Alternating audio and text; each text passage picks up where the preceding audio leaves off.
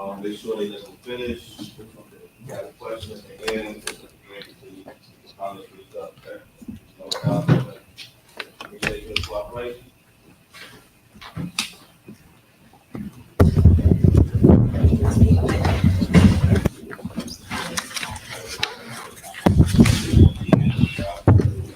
Good evening, everyone. Thanks for coming out.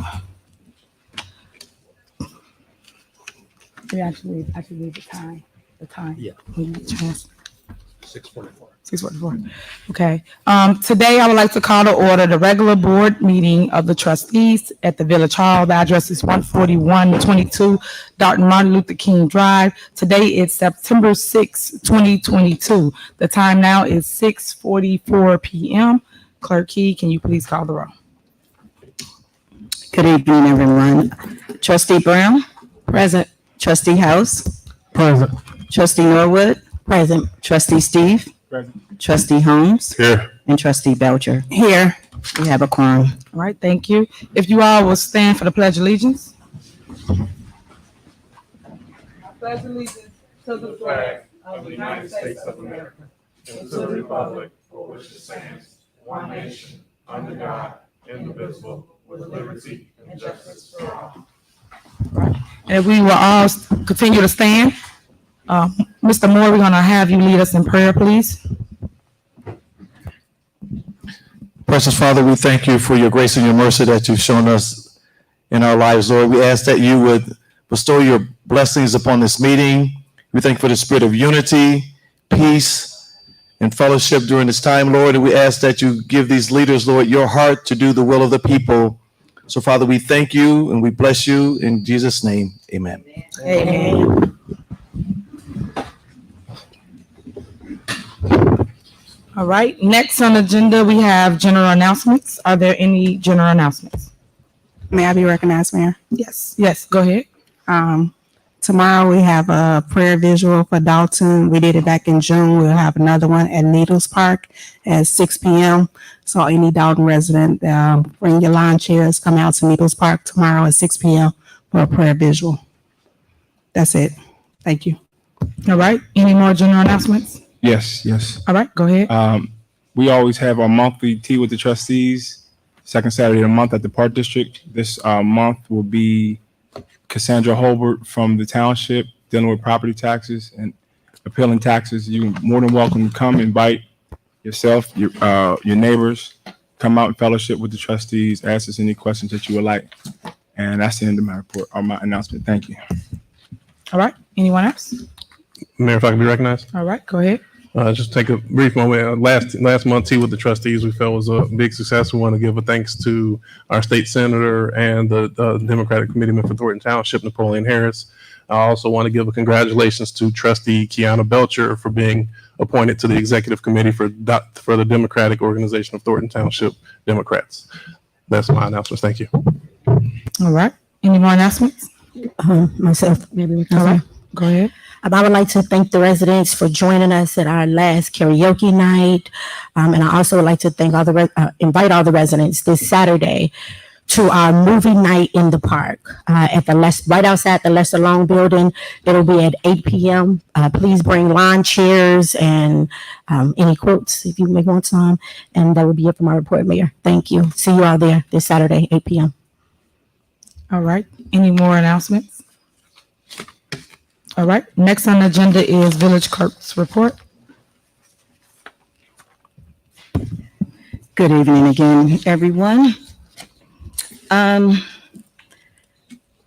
have to address an issue here tonight. There's been quite a malicious lie that has been told about the clerk's office, and I'm here tonight to set the record straight. Each of us who sit up here, with the exception of this attorney, are elected officials. As your elected village clerk who received the highest percentage of votes during the election at 100%, I do not report to any of these elected officials sitting here today. Therefore, it is not anyone's responsibility to track my time. I am a part-time clerk and my hours are my hours. It is no one else's responsibility to report my time. although my position is part-time, I like to highlight some of the accomplishment the clerk's office has done since I became the clerk. Based on the volume of work that's in the clerk's office, unfortunately, Mary Kay never had enough help to get her work done. So therefore, we have a backlog in there because it was just a great deal of work for a part-time clerk to complete. And because of that, I requested that we hire a full-time deputy clerk in the clerk's office. And Eris, if you can stand up so that everyone can see who you are. If you have not met her, this is Eris Montgomery. She's the deputy clerk in the clerk's office. If you need any information from the clerk's office, she is present every day from 9 to 5 p.m. And her number is area code 708-201-3291. So if there are any questions or concerns you have at the clerk's office, it's always open. We get quite a few calls in there, not necessarily our calls, but we do receive quite a few calls in my office. In an effort as the clerk, who is the keeper of the records, to more efficiently, and in an effort to codify our ordinances and resolutions, which haven't been done in probably over 20 years, we now have a cloud-based program which would help eliminate tons of boxes of files that are not only stored here, but at the old Village Hall. And it's my responsibility to consolidate those files. And if we have to get rid of some of them, we need to do that. But we need to learn how to work a little more effectively. One of the reasons why I went out and searched for this cloud-based program is because we can start scanning records into the clouds so we don't have to be overwhelmed with tons of boxes, because I don't know if you guys are aware of the space in this building, but it is not enough space to store a lot of files. Therefore, this is a very good program for scanning information, and you can access these files anywhere once they're stored in the cloud.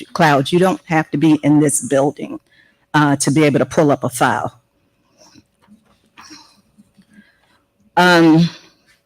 This will save the village thousands of dollars in codifying our records, because currently the deputy clerk and I are scanning as many ordinances and resolutions as we can in the file.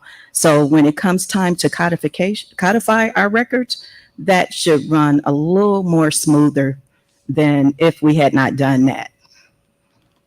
While incorporating this data into our system, I also included the capabilities of any other department within this village to store their records in there if they choose to do so. I didn't just look out for the clerk's office. I wanted to make sure that any other department that was interested, they can also use this cloud-based program. The clerk's office also incorporated a digital database called GovQA to track and store all FOIA requests. This program tracks every FOIA request received in the clerk's office. Since the clerk's office do not maintain all the records, when a request come in regarding HR, finance, housing, and so forth, we are able to create a reference number for that request, and then we forward that request to the department who is responsible for completing the information. This system tracks that FOIA until it is completed. Each department head and their designated staff has been trained on how to utilize this program, as well as they received a web-based tutorial. In case they forget some of the steps, they can always refer back to that web base to familiarize themselves with whatever they may have forgotten, a step or so forth. And the deputy clerk and I just wanted to let you guys know, the deputy clerk and I are both certified FOIA officers. So we understand the FOIA law completely. And another great component of this is we set up a separate portal for the police department, and they've been working very well with that portal. They've done a great job. Finally, the deputy clerk and I are active members of the Municipal Clerks Association of Illinois. We have currently attended all the quarterly seminars. We've also attended regional clerk sessions for Cook County, which is District 1. Cook County is considered District 1, so it's all of the clerks that are under the Cook County location. These seminars and district meetings have been affording us the opportunity to network with other clerks in the state of Illinois and also gain knowledge of the new duties and the many responsibilities of the clerk's office. And it's been amazing because when I took this seat, I had absolutely no training, but it did not frighten me because I know that I would get out there and try to find out what was necessary for us to run this village more effectively. And I have one more last thing, guys, and I seem to have lost that page. Okay. So unfortunately, right now, the clerk's office doesn't receive a great deal of the information that they should, which is one of the functions. We're responsible, again, for the records of the village. And when we don't receive them, we can't record them.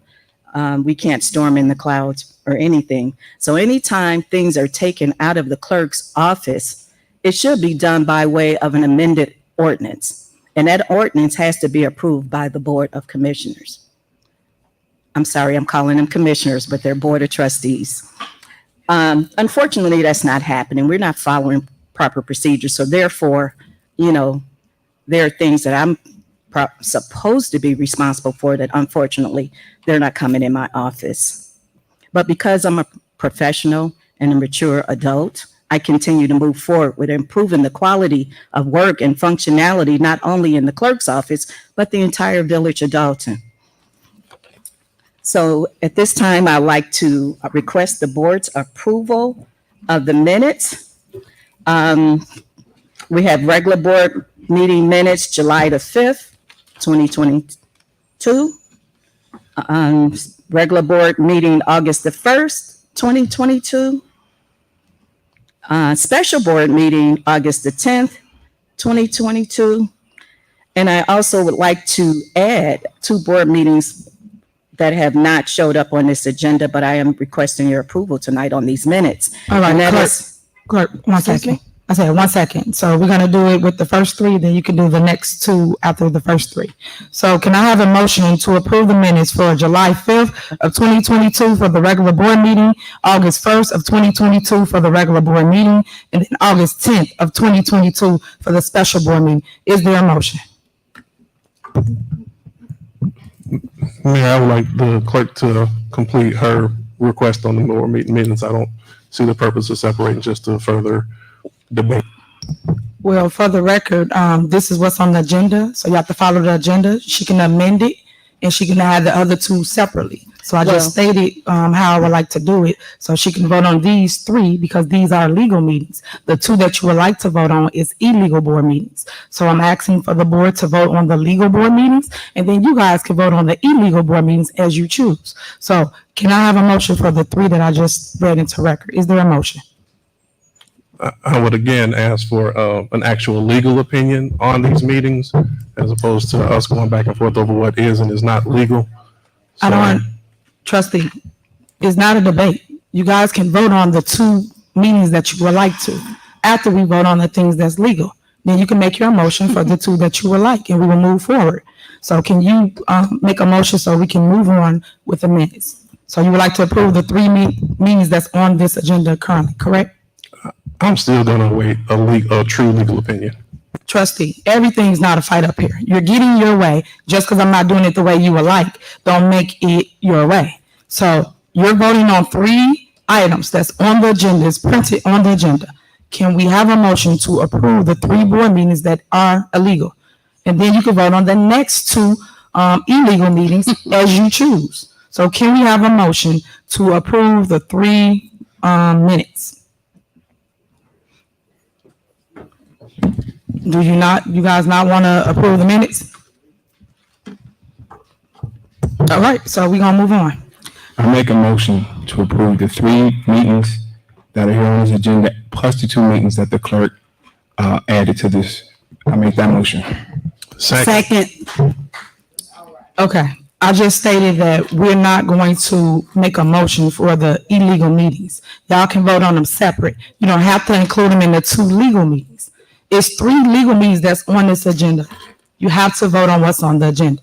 Then you guys can make a motion for the 2 meetings that you would like to add. Attorney? For purposes of the Open Meetings Act, July 5th, August 1, and August 10 are the only minutes that are listed on the agenda. It would be my advice to vote separately in the event there's a challenge. The 2 minutes that are not listed on the agenda, as the public has not been given. Attorney, Relax, ma'am. may I make note that I have submitted these minutes for the past 2 board meetings, and they have not been included on the agenda. So I have submitted them for the last 2 months, and they're not showing up on the agenda. I'm not saying you can't vote. It's my advice that they be voted separately in the event there's a challenge. There's 3 items listed on the agenda. Thank you. There are 2 items that are not listed on the agenda. If there's a challenge, they could only challenge the 2 items that are not listed if it's a challenge under the Open Meetings Act. Thank you. Is he corporate counsel? Y'all just got the opinion of the attorney here, so Is McGrath? can you guys? Is he corporate? We hear from our attorney. Hold on 1 minute, trustee. This is the attorney. This is our corporate counsel trustee that is representing the board tonight. So can you guys vote for the 3 meetings and then the next 2? You guys still are doing what you would like, but you're doing 3, then 2. So Is Mr. McGrath? can we move forward? Y'all want me to go? Okay. Okay. Okay, so y'all don't want to vote on it. Next, village administrator's report. Village administrator, you have the floor. Hi, guys. Good to see everyone today. All right. So I only have one item for my report. On Friday, we published a proposed budget to the Chicago Tribune, as well as the Daily Southtown. A copy of that budget is available in the back by the front desk if you'd like a copy. This complies with our posted notice of 10 days for you guys to review the agenda. A copy of this agenda is available for everyone, including the trustees here. Should you have any questions, feel free to contact me at my office or stop by at the end of the meeting. That ends my report, Mayor. Thank you. Next, we have the engineer's report. Ron.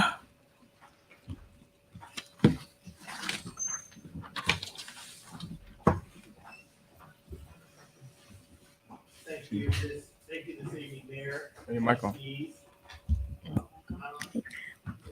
Turn it on. Hello, testing.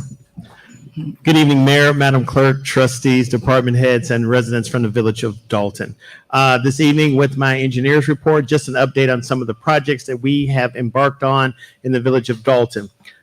We did a $300,000 CDBG street resurfacing project. It is currently completed. We're now working on the village-wide alley reconstruction project and also the village-wide sidewalk project. Keep in mind, the sidewalk project and the alley project was delayed because of the union strike. We're now off and running, and we hope to have both of these projects completed by the end of October.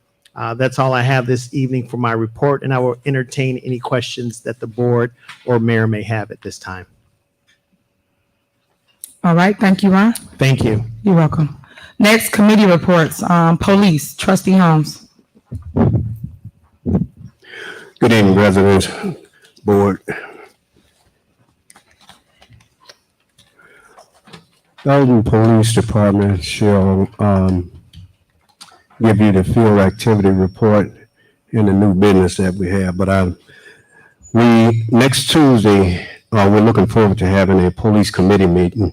But to the residents, I'm asking you that to continue to call in all your dark areas where lights are out, because if the lights are out, crime increase. And if you're going out to any gas station, still report people that are standing around at gas stations 24/7. That's just standing there. The same people you see all the time that's standing there, please report that. That is much needed. That's the end of my report, Mayor. All right, thank you. Next, we have Medley Fitness, trustee Brown. Good evening. We are still in the negative for the fitness center. For the month of June, July, and August, each month was $2,778.66 for a total of $8,336. So we are still in the negative those 3 months for a total of $83.36. Thank you. Next, we have Public Works, trustee Steve. No report. Next, we have Fire, trustee Belcher. Good evening, everyone. We had a fire committee meeting the last week of August. The next one will be September 20th. Currently, I've been working with the fire chief just in reference to next month, which is October, to try to get some smoke detectors for the community. But at this time, that's all I have for my report there.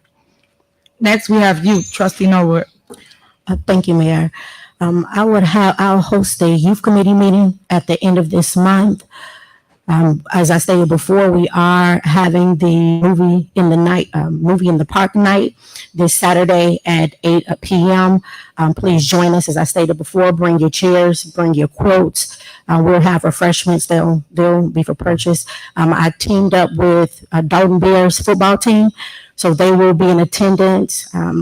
It's a group venture here, so please come out and support the football team. That's it for the youth committee meeting report, Mayor. But I do have for the housing, I'd like to thank everyone who was in attendance at our housing committee meeting last Wednesday. It was a real success. Residents was able to come out and speak with a tax assessor so they could receive some assistance with their tax bill. And that is the end of my report, Mayor. Thank you. All right. Next, we have Finance, trustee House. Thank you, Mayor. And I guess as a matter, excuse me, as a matter of balanced reporting, I'm pleased that during this board meeting, many times we come in and we indicate we just got something or we just got this. So I do want to give a big thank you to Medina, Finance Director, and all included that on this month's meeting. We did receive financial reports as well as the AP reports and the warrant list. So I do want to pause to say thank you for that. So some of the tension that we normally see should not occur, or at least not around that topic. So thank you to all those that made that happen. With that, with having stated that, there was one area in there, we'll get the financials for the month of July, area that maybe the administrator, somebody may want to speak to because we haven't had the opportunity to discuss. The general fund was showing a deficit of $277,000. That's from May through July, so the first 3 months of the fiscal year. There could be a lot of great rationales for it, so I don't want to jump to the conclusion on it or make any accusations, but it is one area that the board is extremely concerned about. So we want to make sure we're discussing it. There will be a finance committee meeting that we'll be pulling together now that we have reports towards the end of this month. And that concludes the finance report. Thank you. All right, and for the record, you guys get every financial document that you request. And also, you guys have access to My Viewpoint, which lists every invoice or anything that is on the warrant list before you get to a board meeting. So I wish y'all stop telling people y'all not getting documents, because you guys do. Next, we have department reports. Police, Chief Collins is absent, so we have our Deputy Chief Staples. Good evening, Madam Mayor, Madam Clerk, trustees, and Dolton residents. I'll begin with the police department statistics. During the month of August, the police department recorded 1,785 calls for service. In addition to responding to the calls, the following activities were recorded.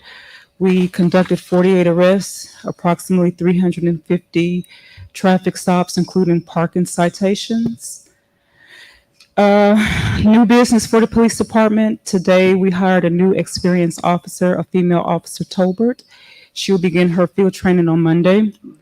On Saturday, September 9th at 9 a.m., we have 4 new officers to take a physical agility to advance to the CPD Police Academy. And we also had construction begin paving and resourcing the rear parking lot of the police department. Unless there's no other questions, that'll complete my report at this time. All right, thank you. Next, we have Fire Chief McCain.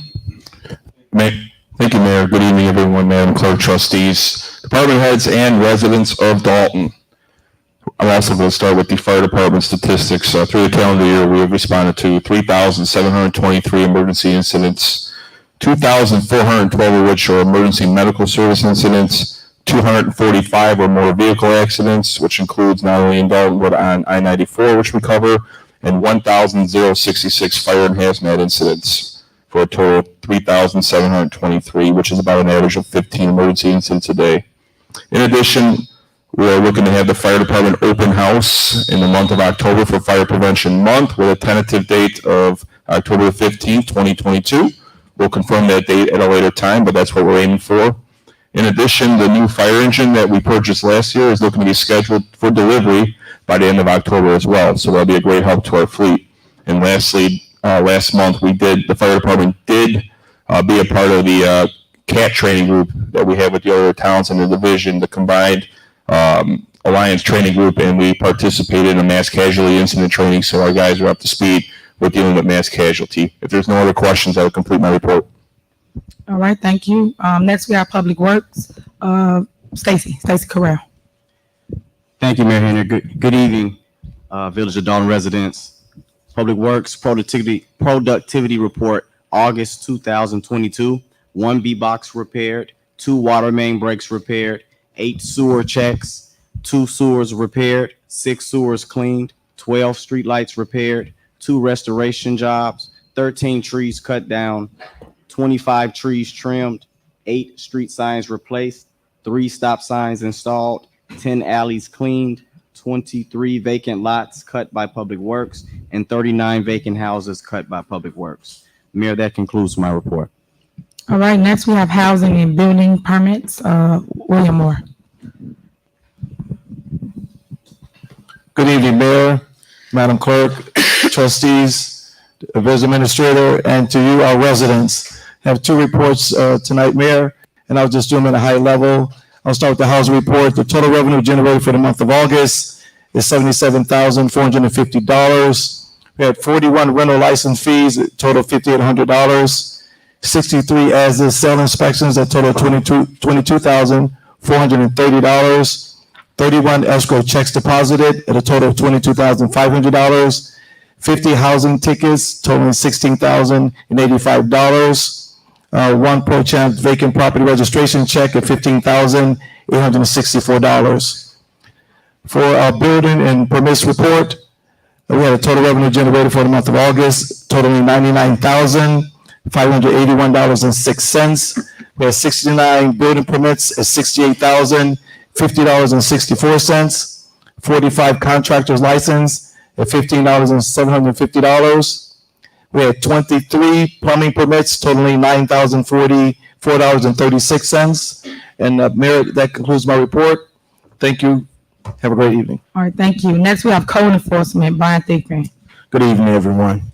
This is the code enforcement report from August 1st to September 5th. Grass and weed tickets for a total of 120 written, debris accumulation 57, vacant property permits and licensing for a total of 43, property maintenance and safety with a total number of 86, branch, bush, and tree accumulation was 67, warnings and rental inspection warnings issued were 74, and a total of 30 other tickets written across the ordinances for a total of 477. All right, thank you. Next we have corporate bills. Trustee, you ready? Okay. Thanks, Mayor. I'm pulling up the documents. Okay, we have 2 corporate payment registers. One is the regular register of checks that gets issued for checks that go through the mail. The other is the electronics AP warrant list. So reading the first one into record for September 6th, we have corporate payments, $1,626,511.78. Manual AP checks, $488,309.44. Gross payroll August 12th, $388,202.46. Gross payroll August 26th, $388,573.52. Medley Fitness Center register payments of $10,765.89. Gross payroll for August 12th, $428.05. Gross payroll August 26th, $428.05. Total corporate payments on this register, $2,903,219.19. I'm going to collectively ask for the motion with the AP warrant list, which has corporate payments of $70,699.64. Waterfront register payments, $325,563.02. Federal forfeiture payments, $15. Sewer fund payments, $1,576.42. Medley Fitness Center payment, a register, $361.86. Total corporate payments on this register, $398,215.94. My motion that we pay it collectively with the following exceptions of items to be removed from the warrant list. Removals of affordable party planners on page 3, $4,150. Father Williams, page 11, $5,000. Gasca Roofing, page 13, $44,300. Oak Construction, page 23, $46,887.08. Fioretti Campbell, $18,000 of payments. Carter's Excavation, $16,000, page 5. David Dixon, $2,250, page 8. And Ezra, $4,250, page 9. My motion is to pay the corporate bills with the removal of the items listed. Second. All right, any discussion? Nobody? Discussion. Yeah, go ahead. There's I don't know if you heard Trustee House say that we're already in a deficit going on to this month at almost $300,000. The spending is outrageous. Stuff that was supposed to be sponsored, that was told to be sponsored, we're paying for. So these are the reasons why we did these things. Any more discussion? All right, for the record, things that are sponsored, I did get sponsorships for. The only thing you could possibly be talking about is the basketball courts. I got the entire amount through donations to make sure the kids are okay. If you guys want to take stuff out, such as things for the basketball courts, go right ahead. But it's paid for by sponsorship, meaning donations from people that wanted to help. And then one thing that I did want to take off of here is the amount, I think it was $7,000, Keith. It was $7,000 for the pavement. Now they donated that. I know they have an invoice in here, but they donated to pave the entire basketball courts, blacktop it, stripe it, and everything for the residents of Dolton for free. So I do want that removed from this warrant list for the record. Yes, ma'am. And then also, I don't understand why you guys keep trying to remove the roof and window program, which is grant money for the residents, off the warrant list. Why would you not pay the contractors that's actually doing the work for the residents?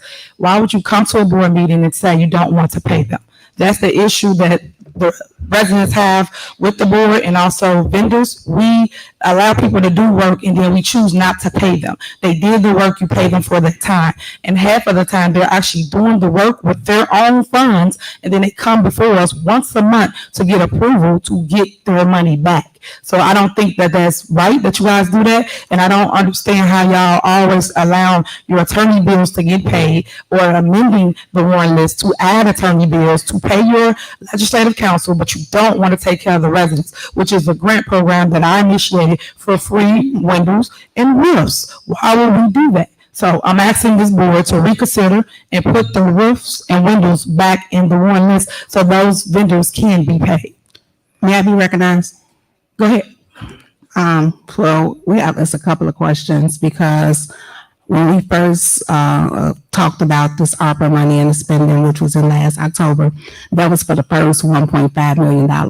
There has been another $1.5 million that came in. There has been no discussion, so we have no idea where that money is going. Also, on August 24th, I sent the email asking to have on this agenda today for discussion of ARPA funds. So we would discuss it and we wouldn't be at where we are right now. And of course, it's not on the agenda. And then I spoke to the village administrator who said he would be available all weekend. I called him Saturday morning at 9:38. I called him Saturday afternoon at 1:27. I still have not called.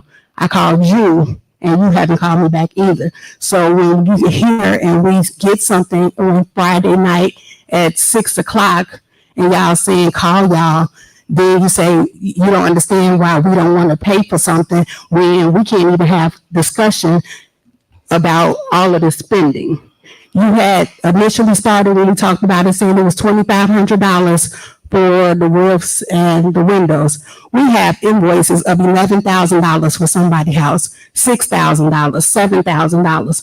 There is no monitoring of the spending at all. So it's fair for us to say that if we're looking to be right now, currently $277,000 in the hole, we should be able to ask about what's going on with the spending of this money.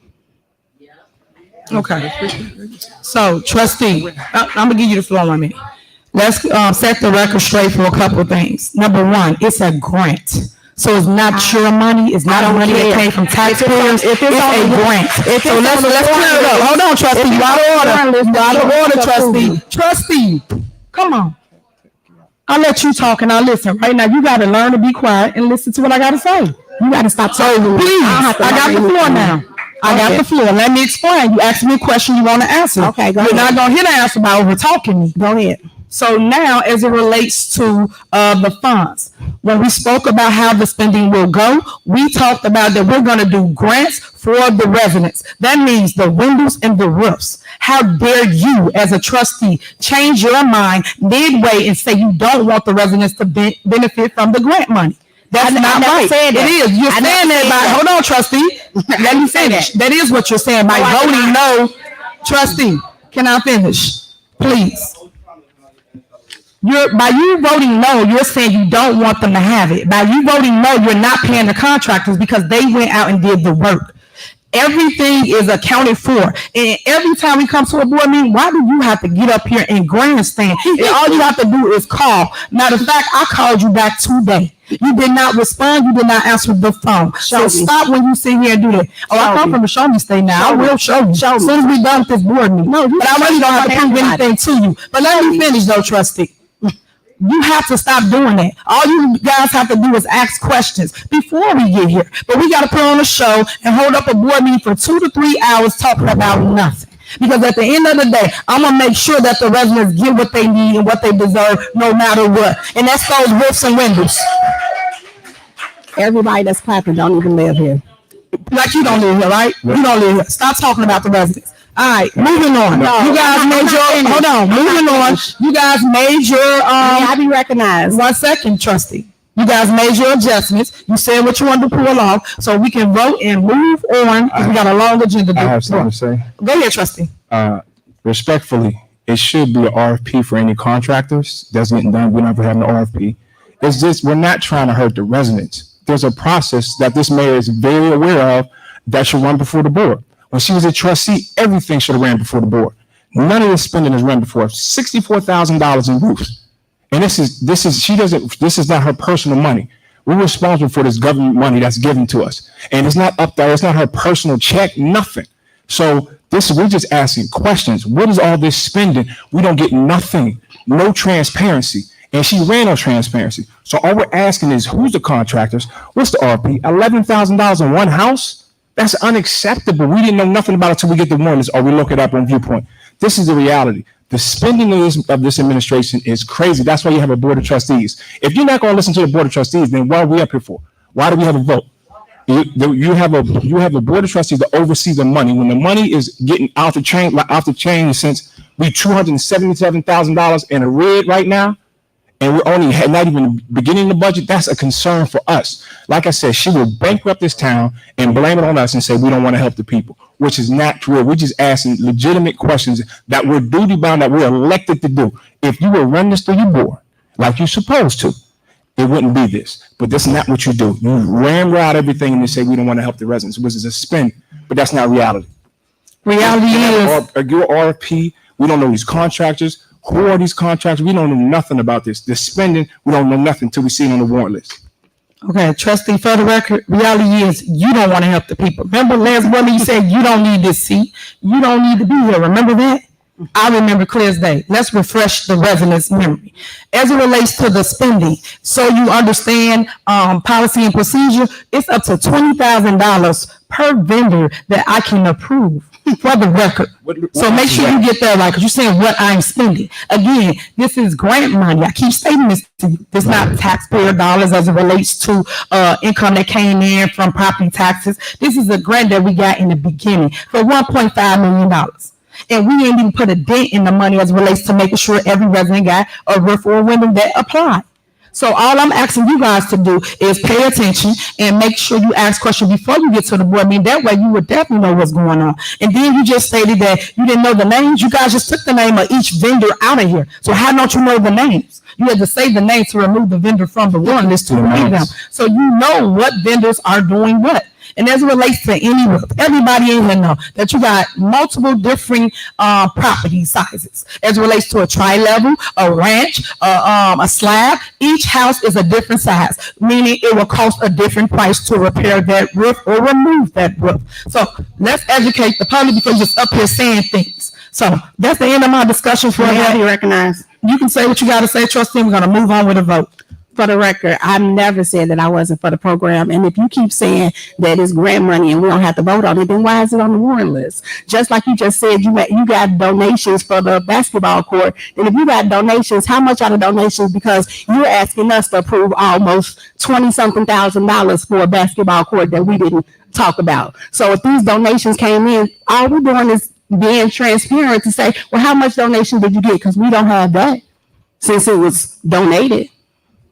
Trustee, I got money for the basketball court. Okay, how much? I paid for the entire. How much? Hold on. I paid for the entire amount. How much? Whatever amount you say that I spent on this warrant list is the amount that I got for the basketball court. All right. Thank you. So stop it. Now, how dare you sit here and say that you don't want to help, or you say you're going to That's not help what I with said. anything for the basketball courts, but y'all ain't lifting fingers to do anything for them kids. Nothing. The basketball court's been sitting there, and y'all done nothing up to date. But talk about me. But put me in court. Y'all do all the wrong things, but ain't doing nothing right with the community. Y'all sat on this board for a year and a half and ain't done a doggone thing for community. So we gonna talk. But today is the day. Because I've been putting up for my town, left and right. And as it relates to spending, I'm very transparent. Because it wouldn't be on the warrant list if I wasn't transparent. I would just spend the money. But I put it on the warrant list so you can see what's going on in the community. You guys don't come to no outreach as it relates to community. You guys did not come to the ribbon cutting when we did redo the courts. You guys did nothing for the community in over a year and a half. But y'all talk about me, I'm showing up, I'm putting in the work. But y'all going against any type of progress that I do for Dolton. I grew up here. I don't even know. I think you flew here. So the difference between me and you is I'm about the people. So let's move on. Next, Mayor. Can you call the roll for a vote? Mayor. And here we go. Please don't repeat everything everybody just said. Mayor, be recognized, Mayor. Good Lord. Is it okay if I say? Go ahead, trustee. Thank you. I appreciate it, Mayor. In regards to the opera spending, I've put on the agenda several times. I've emailed the village administrator 3 separate emails in regards to the opera money. The question is, in regards to the opera money, can you, at some point, provide the reports to the residents so that they can understand the spending? Because if you tell us that you're allotting $2,500 for roofs for residents, we don't understand how we get to $11,000. So is there some type of cap? Are we having a certain amount where we're saying, hey, this is the cap in which we're going to give? Or are we going to give everyone if someone else needs $15,000 and we're just going to do it that way? So the question is, can you provide the report so that to the residents in regards to how much is spent? What are the plans for the second $1.5 million disbursement?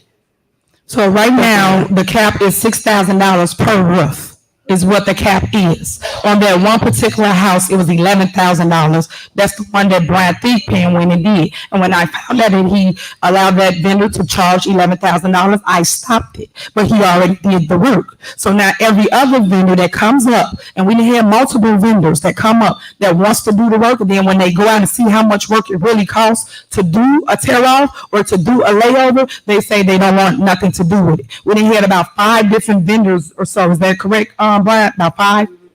11? Oh, he had 11. I just know they had a bunch of people that been going back and forth with on the prices. And the cap is $6,000 per roof. Okay, thank you. All right, can you call the roll for the warrants, for the bills? Trustee Brown? Is my mic on? I'm sorry, this is the motion to approve the corporate bills with the exceptions that were read by Trustee House. Correct. Trustee Brown? Aye. Trustee House? Aye. Trustee Norwood? Aye. Trustee Steve? Aye. Trustee Holmes? No. Okay. And Trustee Belcher? Aye. Motion passed. Okay, and then make sure you don't, Janice, I don't know if she's here, pay that bill for the $7,000 because that was donated. What Tangenique, write it down for me. Thank you. Okay, next on the agenda is old business. Discussion of ordinance number 22 adopting the 2022-2023 annual appropriation budget. Okay, so first I just want to make this statement.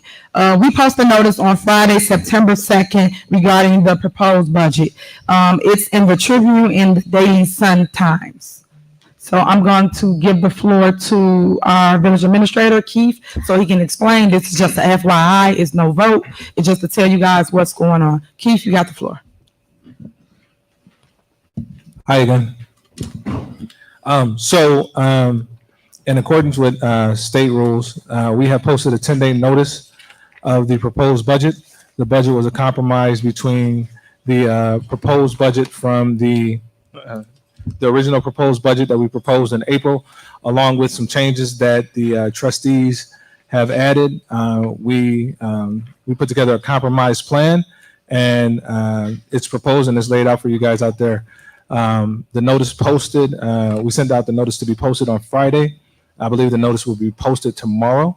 If it's not posted today in the Tribune or Sun Times, that allows for you guys to view the proposed budget 10 days. And should you have any questions, please reach out to me or Tanjanique Miller, our finance director, and or Medina Neely in my office. And we will answer any questions that you guys have. Also, if you guys want to request a copy, you can request a copy at kfreeman@vodalton.org. That's KFREEMAN@vodalton.org, and we will send you a copy, electronic copy. That is all I have, with the exception of one thing. Mayor, may I point out one thing financially? Sure, go ahead. Okay, so it was said that we had a deficit for overspending.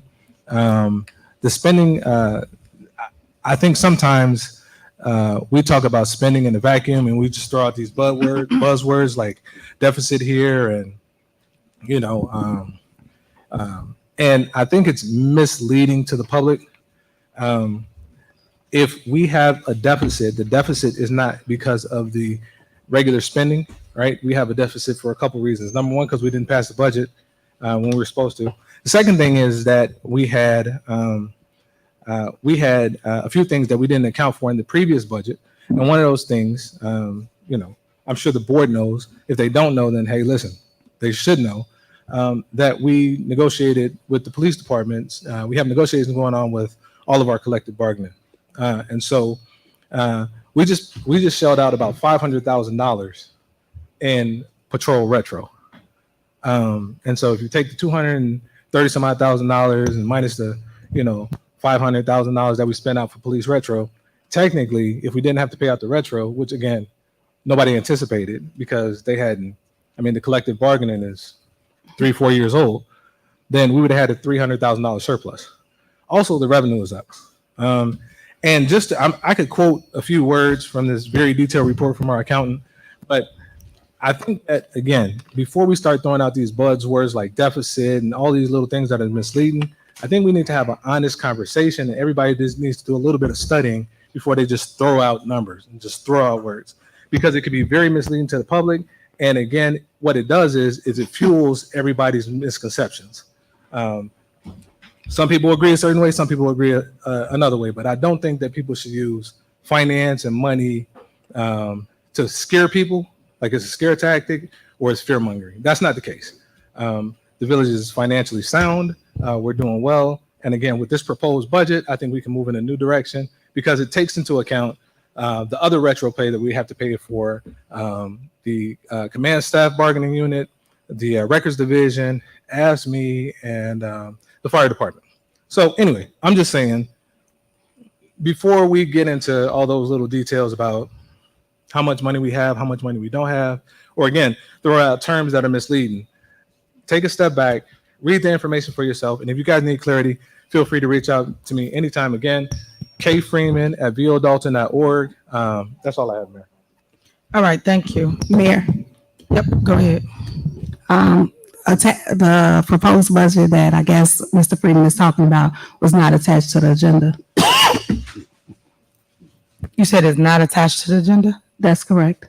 When they emailed everything over, they didn't send a Budget over? That is correct. Keith? We have not, we did not actually send it over, Mayor. We just posted it. We're here for discussion and a copy is available for everyone. I made that in my original administrator's report that, that a copy was made for everyone in the front, including the trustees. I believe I said that in my first report, Mayor. Thank you. Mayor, if I may be recognized. Yes, go ahead. I do kind of want to just hone in on a few things Administrator mentioned. And in my report, I did indicate the $277,000 deficit. I also did indicate that there could be several reasons for that. So I'm grateful for some of the explanations, and I think those are things that we want to expand on, not only at this moment, but on a consistent basis moving forward. But Administrator, your points are noted. I think it was originally stated, and we still need to monitor it. So when you see the deficit, it could be cause for concern, or as you said, it could be a moment in time. So we want to make sure that we note it, that we're at the position that we're at. We always want to know where you're at, and then make sure we have a plan moving forward. So we will continue to discuss, and I appreciate your comments. Thank you. Thank you.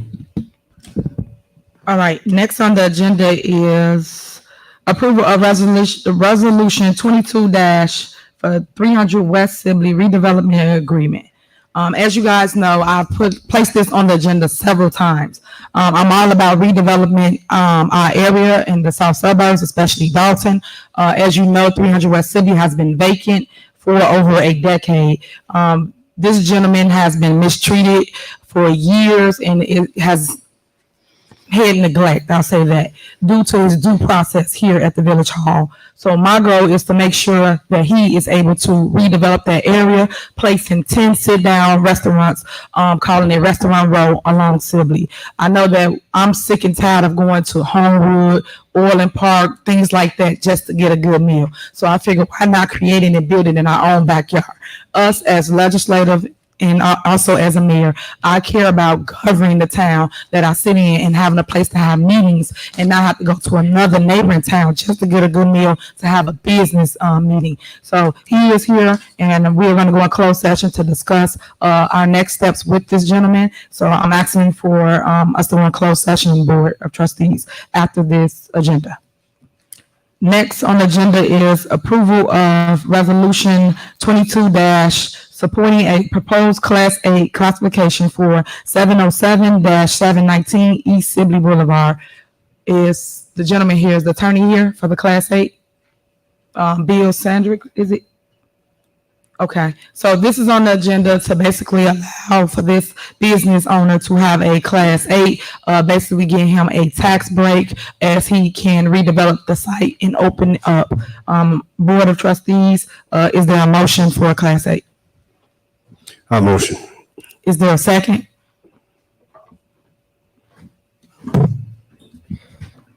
Is there a second?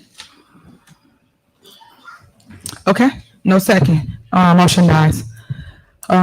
Next on the agenda. Mayor, if I may be recognized on this. On what? On the motion that just came up. You want to second it? No, ma'am. So I do want to make a separate motion. Items B and C are items that the board has, this is the first time that has been presented to the board.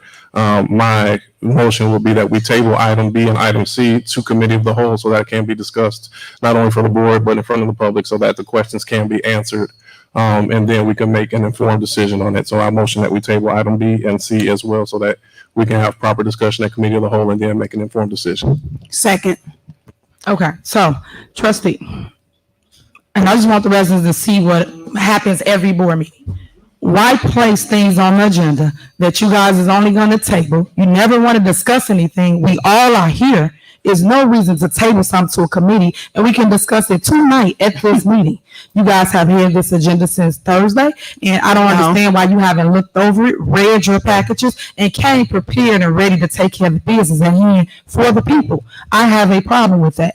A gentleman wants a Class 8. He needs a tax break so he can develop and reopen that location that is 707-719 East Sibley. And then as it relates to workers' rights, y'all don't want to help the workers? Really?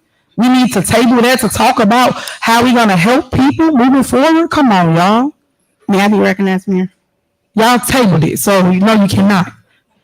So I'm asking for the board to take their table away and let's talk about this and put it up for a vote. Why do we table everything? Other than that, there's no point of coming to a board meeting. You know what we could do? Y'all can basically have a meeting like y'all always do and basically move on like y'all always do. If we're not going to talk about anything that's going to help rebuild and grow our community. So I will basically put your motion on the floor, and it is second for a table, and then in what committee, trustee? Because you just said committee, so where is it going so it don't die? Where is it going? I'm a little nervous to speak after all that. Good, as you should be. So where you want, I'm glad it's a joke to you, but go ahead. Yes, my table was for committee of the whole. The ordinance states that nothing should come before the board for vote until it has been properly put to committee of the whole. The ordinance says. And then once we discuss it, not only for the board, but for the residents to have the opportunity to hear the discussion, have citizens address on the discussion. And then at the following meeting, we can make an informed decision with feedback from the residents. If we vote on it this evening, we will not have the proper opportunity to get resident feedback and vote with the knowledge of what the residents have said. So my motion to table is to be tabled to committee of the whole. Thank you. All right, for the record, residents, it's all a game in a show here. It amazes me how all of a sudden we're going to follow the rules and put it through committee of the whole. Every agenda item y'all placed before this board did not go through the committee of the whole. You placed it on the agenda for a vote and y'all voted. So now all of a sudden it's so convenient that you guys want to follow rules and go with committee of the whole. This is simple things that you guys can answer right now and make a yes or no as it relates to a vote and move forward. But it's okay. Y'all keep putting up the residents all y'all want. We're going to move forward. They want to table to committee of the whole. Can you call the roll, clerk? Trustee Brown. Aye. Trustee House. Aye. Trustee Norwood. Aye. Trustee Steve. Aye. Trustee Holmes. No. Trustee Belcher. Aye. Motion passed to table items B and C to committee of the whole meeting. May I be recognized, Mayor? Yes, go ahead. Well, some of the things I'm looking at, you know, we say we got to move this village forward. But some of these things along the lines are being stopped. I mean, residents have been calling and calling for years about animal control. We're not. No, I'm talking about what you tabled some items, right? Right, we talking about B and C. B and C. We're gonna pass that tonight. Okay, I can talk about B and C. We still have to help people build Dolton up. And supporting the workers, workers should always have rights. We should always stand for workers' rights. So that's all I have to say, Mayor. That I want to make a statement that the business owner called me, that wants a Class 8, he called me today at, I think, 6:15 about this. So there's no way I could vote on this tonight when I'm just getting information, especially what he wants to do. I'm entitled to ask him these questions as a board member. So we're just going through proper procedure, and we can't just rush stuff through. We have to do our due diligence. That's all we want to do. And we want to do things right in the court. That's it. All right, attorney, can you clarify what C was and why the board chose to table it? I don't know why the board chose to table it, but item C, approval of the resolution supporting workers' rights, was a request of the village from the Illinois-Indiana Federation for Fair Contracting. They, amongst others, including the Chicago Federation of Labor, Local 150, and a number of labor unions, are supporting a constitutional amendment that would guarantee the rights of workers to collectively bargain.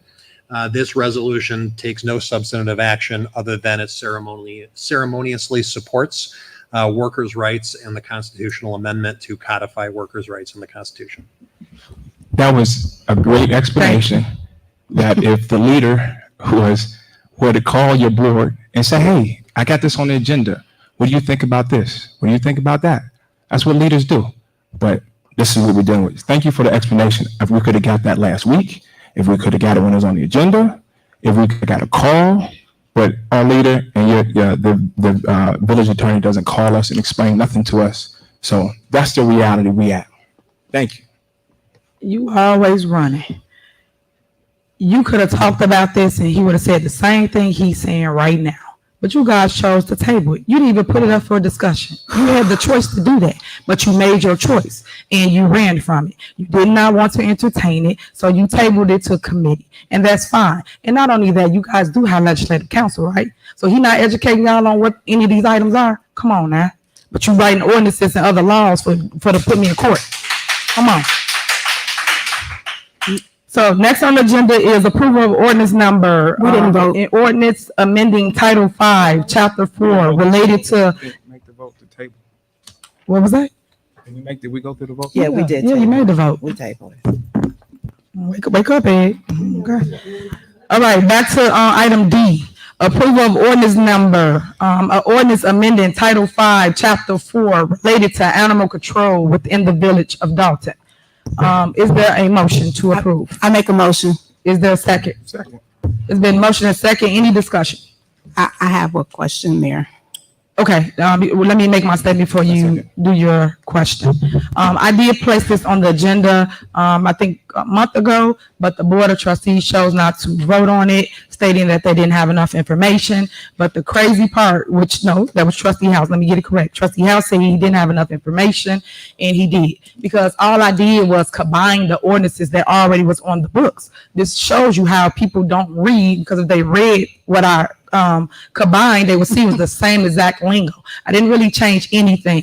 All I wanted to do is make it into effect so that people can now start tagging people for their loose dogs. And with that being said, within literally 3 weeks of this ordinances not being approved, somebody got attacked by 2 pit bulls, literally attacked by 2 pit bulls on the block. And if we had things like this in place, we would be in a better predicament. But one thing I did do as mayor is I still move forward and I still continue to do animal control unit for other residents. A lot of you have complaint about loose dogs, raccoons, and different animals that's throughout Dolton. So now you can call the 708 number that's on the truck, and basically someone will come and aid and assist. You no longer will have to call the police department where they give you a cage and they tell you to set the cage up.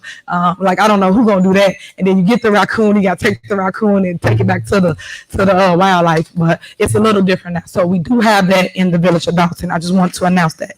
I still move no matter what the votes are up here for making sure that we have safety amongst us in our community. All right, go ahead, trustee. Just 2 quick questions. So will this be an additional person that's hired to run the animal control? Yes, it is. Okay, and then you said that you didn't change anything. You used information that was already on the books, correct? Yes. Okay, so that means that it was already in place regardless of the 2 people. We needed to add fees. You guys didn't have money. But it Fees. was in place, correct? I just answered the question. Okay, I just wanted that for clarity. Thank you. Okay, so next time, don't drag your feet. Maybe we will save a life and not let people get attacked by dogs because they're being on the street. But it was already on the books. You didn't have nothing. So when a person get attacked by the dog, how do we go after the person that had the loose dogs? But it was already on the write books. an ordinance. You did not write an ordinance. This is what y'all do, right? Y'all legislate. Y'all write laws. Why am I doing y'all job? I'm governing and writing laws. I wrote a law for you guys so that we can pass something on the books so we can go after the loose dogs. So again, can we call the roll so we can get this moving? Sure. Just as a point of reference, in the future, when there are ordinance and resolutions on the agenda, I would like to receive electronic copy so that I can officially number them. Right now, if we were to go back and look at these agendas with no numbers applied to these resolutions and ordinance, there's no way to really trace them. So if the numbers are on there prior to the agendas being placed, then we can better reference back to whatever ordinance number or resolution we're speaking of in these meetings. So Trustee Brown? Aye. Trustee House? Aye. Trustee Norwood? Aye. Trustee Steve? Aye. Trustee Holmes? Aye. Trustee Belcher? Aye. Motion passed. All right, next on the agenda is override of mayor veto of budget ordinance approved at special board meeting on July 23rd, 2022. Hold on. Okay, so Mayor, on these, I'll ask that we combine item E and F. So my motion is that for the override of to override mayoral veto for the special board meeting on July 23rd items related to related to a budget ordinance. Also override mayoral veto related to the following items on special board meeting July 11th. Approval of ordinance 22-004 and approval of referendum questions to be placed on the November 8th ballot as listed on the agenda. Combined motion is for the override of all items listed. Second. Okay. I didn't even call for a motion yet, but okay, thanks guys. You guys want to do my job. So, I just want to point out that you guys just stated early on, and in residents you've been following, that you guys want to follow a process, which is send everything to committee before you vote on it.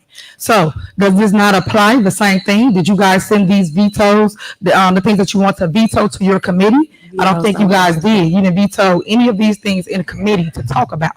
You should have placed them in committee, then brought them before us to vote on. So does it just apply to me as a person? That you guys want to sit here and say, oh, we're going to follow due process, but as it relates to veto on something, you should have put that in committee before we vote on it, correct? So does it not apply to you, trustee House? I'm sorry, man, I got lost in the word, so I'm not sure what I'm Really? I'm glad everything's funny to you. You guys are basically going to vote on this. Let me go on layman's term, like I'm talking to a 5-year-old. I got it. You guys want to vote on overturning 5 different items for a veto. You just stated, you, trustee House, that you want to follow the process, and the process was to send it before committee before putting it here for a vote. You guys did not put this in committee. These items did not go in committee so that you guys can discuss it before putting it on the agenda for a vote. That's what you just said about the other 2 items that I wanted to discuss and talk about, right? Y'all tabled it, put it in committee because you said it didn't go through committee.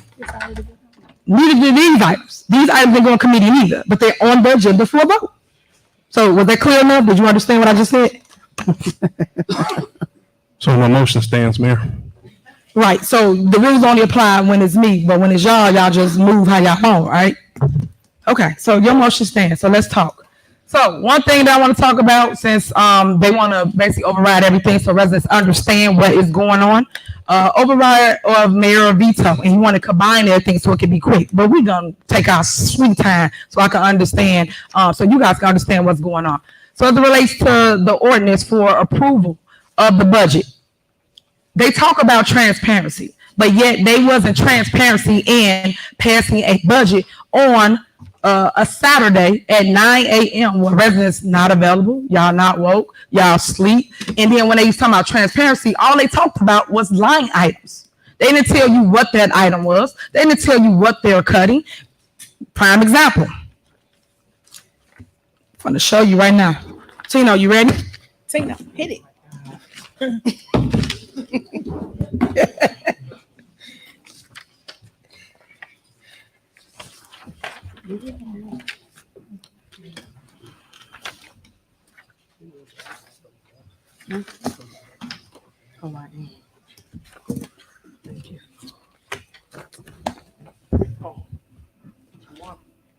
All right, you guys can look at the screen before you. You will see on July 21st, the call for a meeting. And then did it through Zoom. We in person. Why they doing it through Zoom? Because you wouldn't let us in. That's not true. Remember when y'all said I didn't let y'all in before, y'all held it outside, right? So stop with the lies. Trustee Norwood. Present. Trustee Steve. Present. Trustee Holmes is absent, and Trustee Belcher. Here.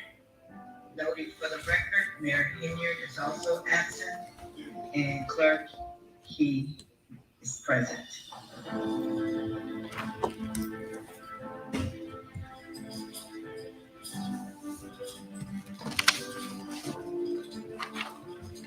Now I would like to request a motion for Mayor Pro Tem.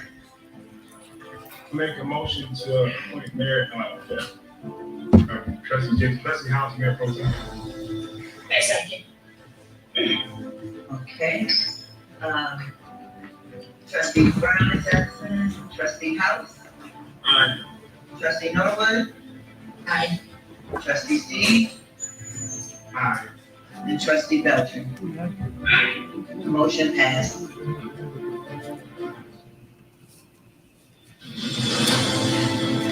So what's the meaning of mayor pro tem? Granting him the power to make temporary decisions as mayor. That's what a pro tem means. Now, I was present, meaning available. I was privileged to this meeting. Why did they send me an email at 9:15 that morning about the meeting? One for the discussion of the budget appropriation. We were just procedurally want to talk through how we got here, just to make sure that it was documented that this meeting has been appropriately done. So they are about to approve a budget. And y'all weren't even there. The residents wasn't there. Did any of y'all know about the budget meeting? Nobody knew about the budget meeting. What, three of y'all? Y'all know we got tons of residents, right? Thank you. Tons of residents.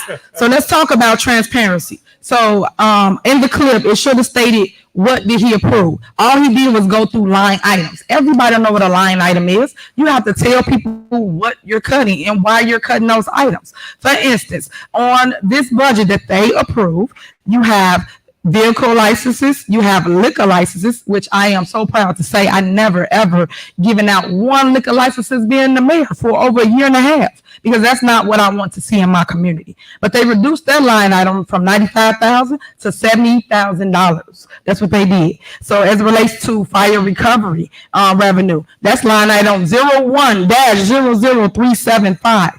They went from $75,000 and they reduced it to $20,000. Now, when you go back and y'all look at this budget meeting, look at these line items that they actually did. I'm going to tell you the truth of what the line item really truly is and what it represents.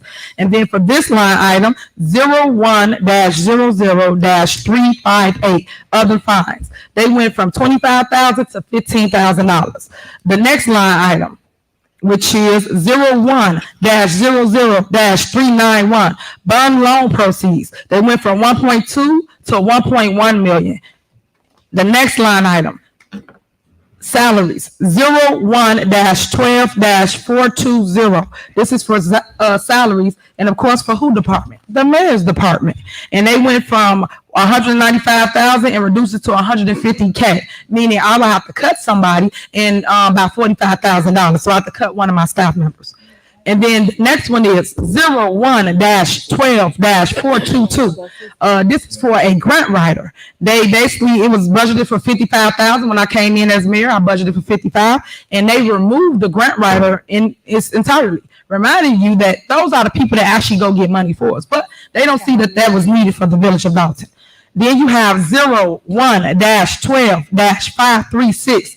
Janitorial Services. So they went from $29,000 to $20,000. Why would you reduce something such as cleaning? Right now, y'all know we still in the pandemic, no matter whether people want to believe it or not.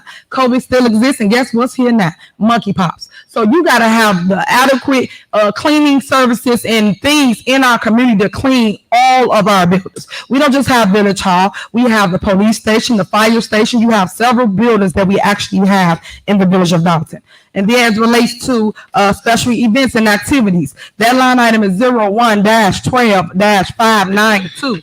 That's for $100,000. Of course, y'all know I'm an entrepreneur by trade. So I try to create something called Second Chance Program for those when I knock on your door and your family members have failed on their luck and they need help. My thing is to create something for them. So I put $100,000 line item in there. And of course, what the board do? Take the $100,000 out. So here's the trickery that they tried to do. 01-12-593. This is for senior services. Now, they added this line item at $50,000, reminding you that we do have a special events line that we actually do for seniors. So why did they have to do that? Just to show or appease people to say, hey, look, I did something for the seniors. No, that's not true. They had a year and a half to do something for seniors. They ain't done nothing. So don't fall for the mockeries that they're doing.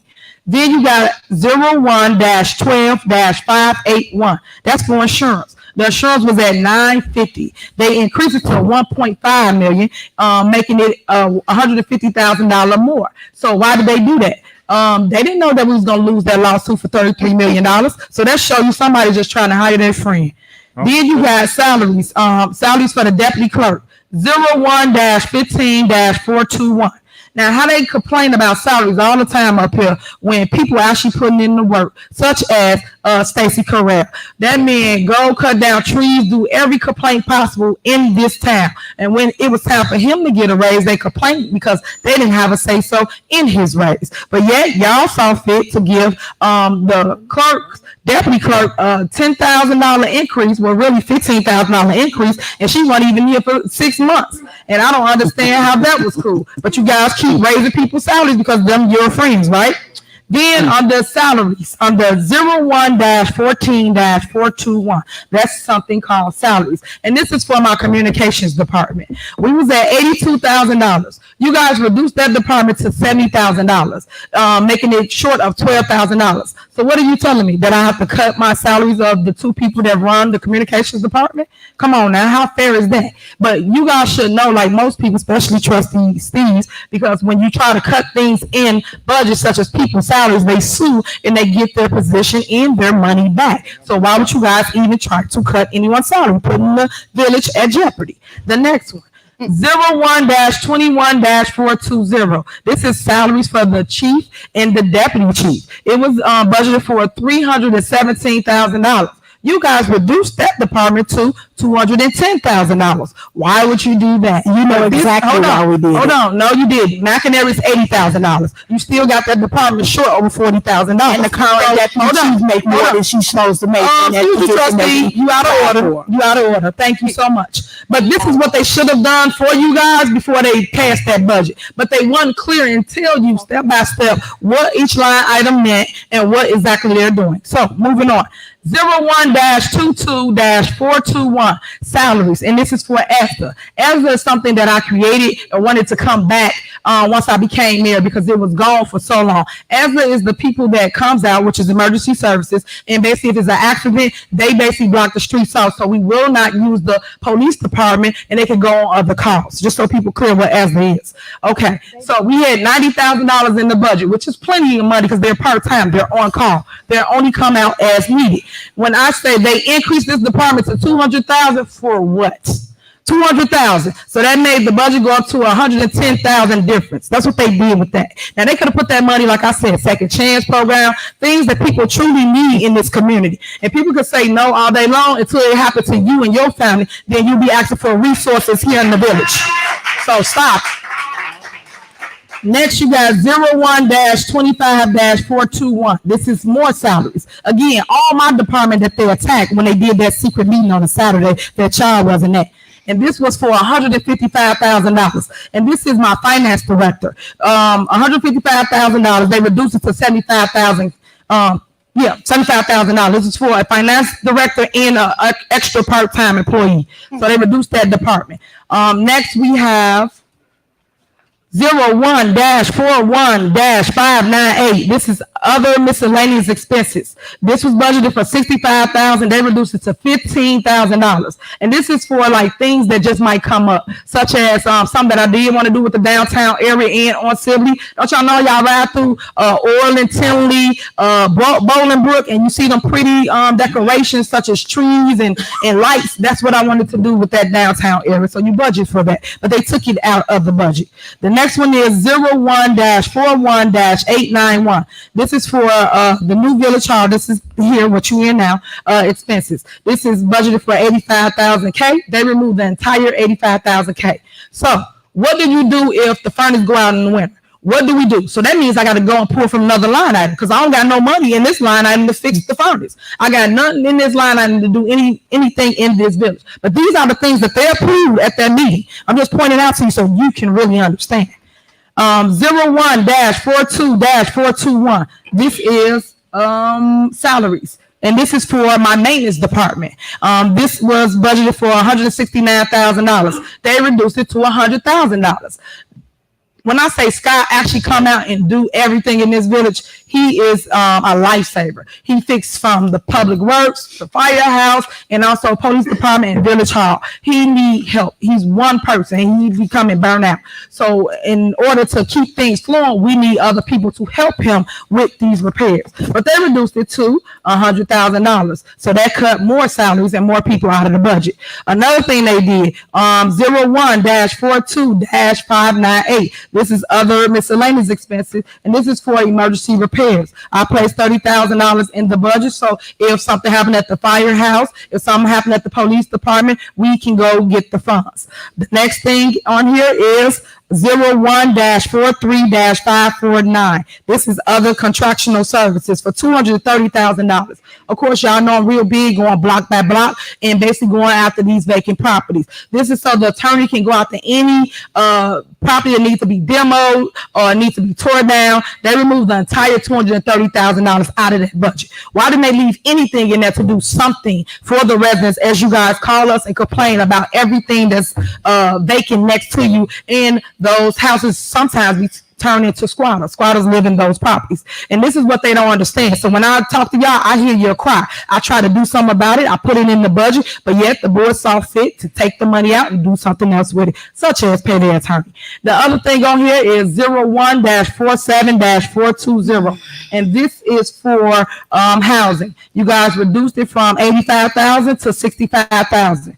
The next one is 01-47422. Again, these are all the people that I'm over, all department heads and all my staff that's under my administration. And this is for this Brian Thigpen. They went from $83,000 to $65,000. The next one on the agenda is,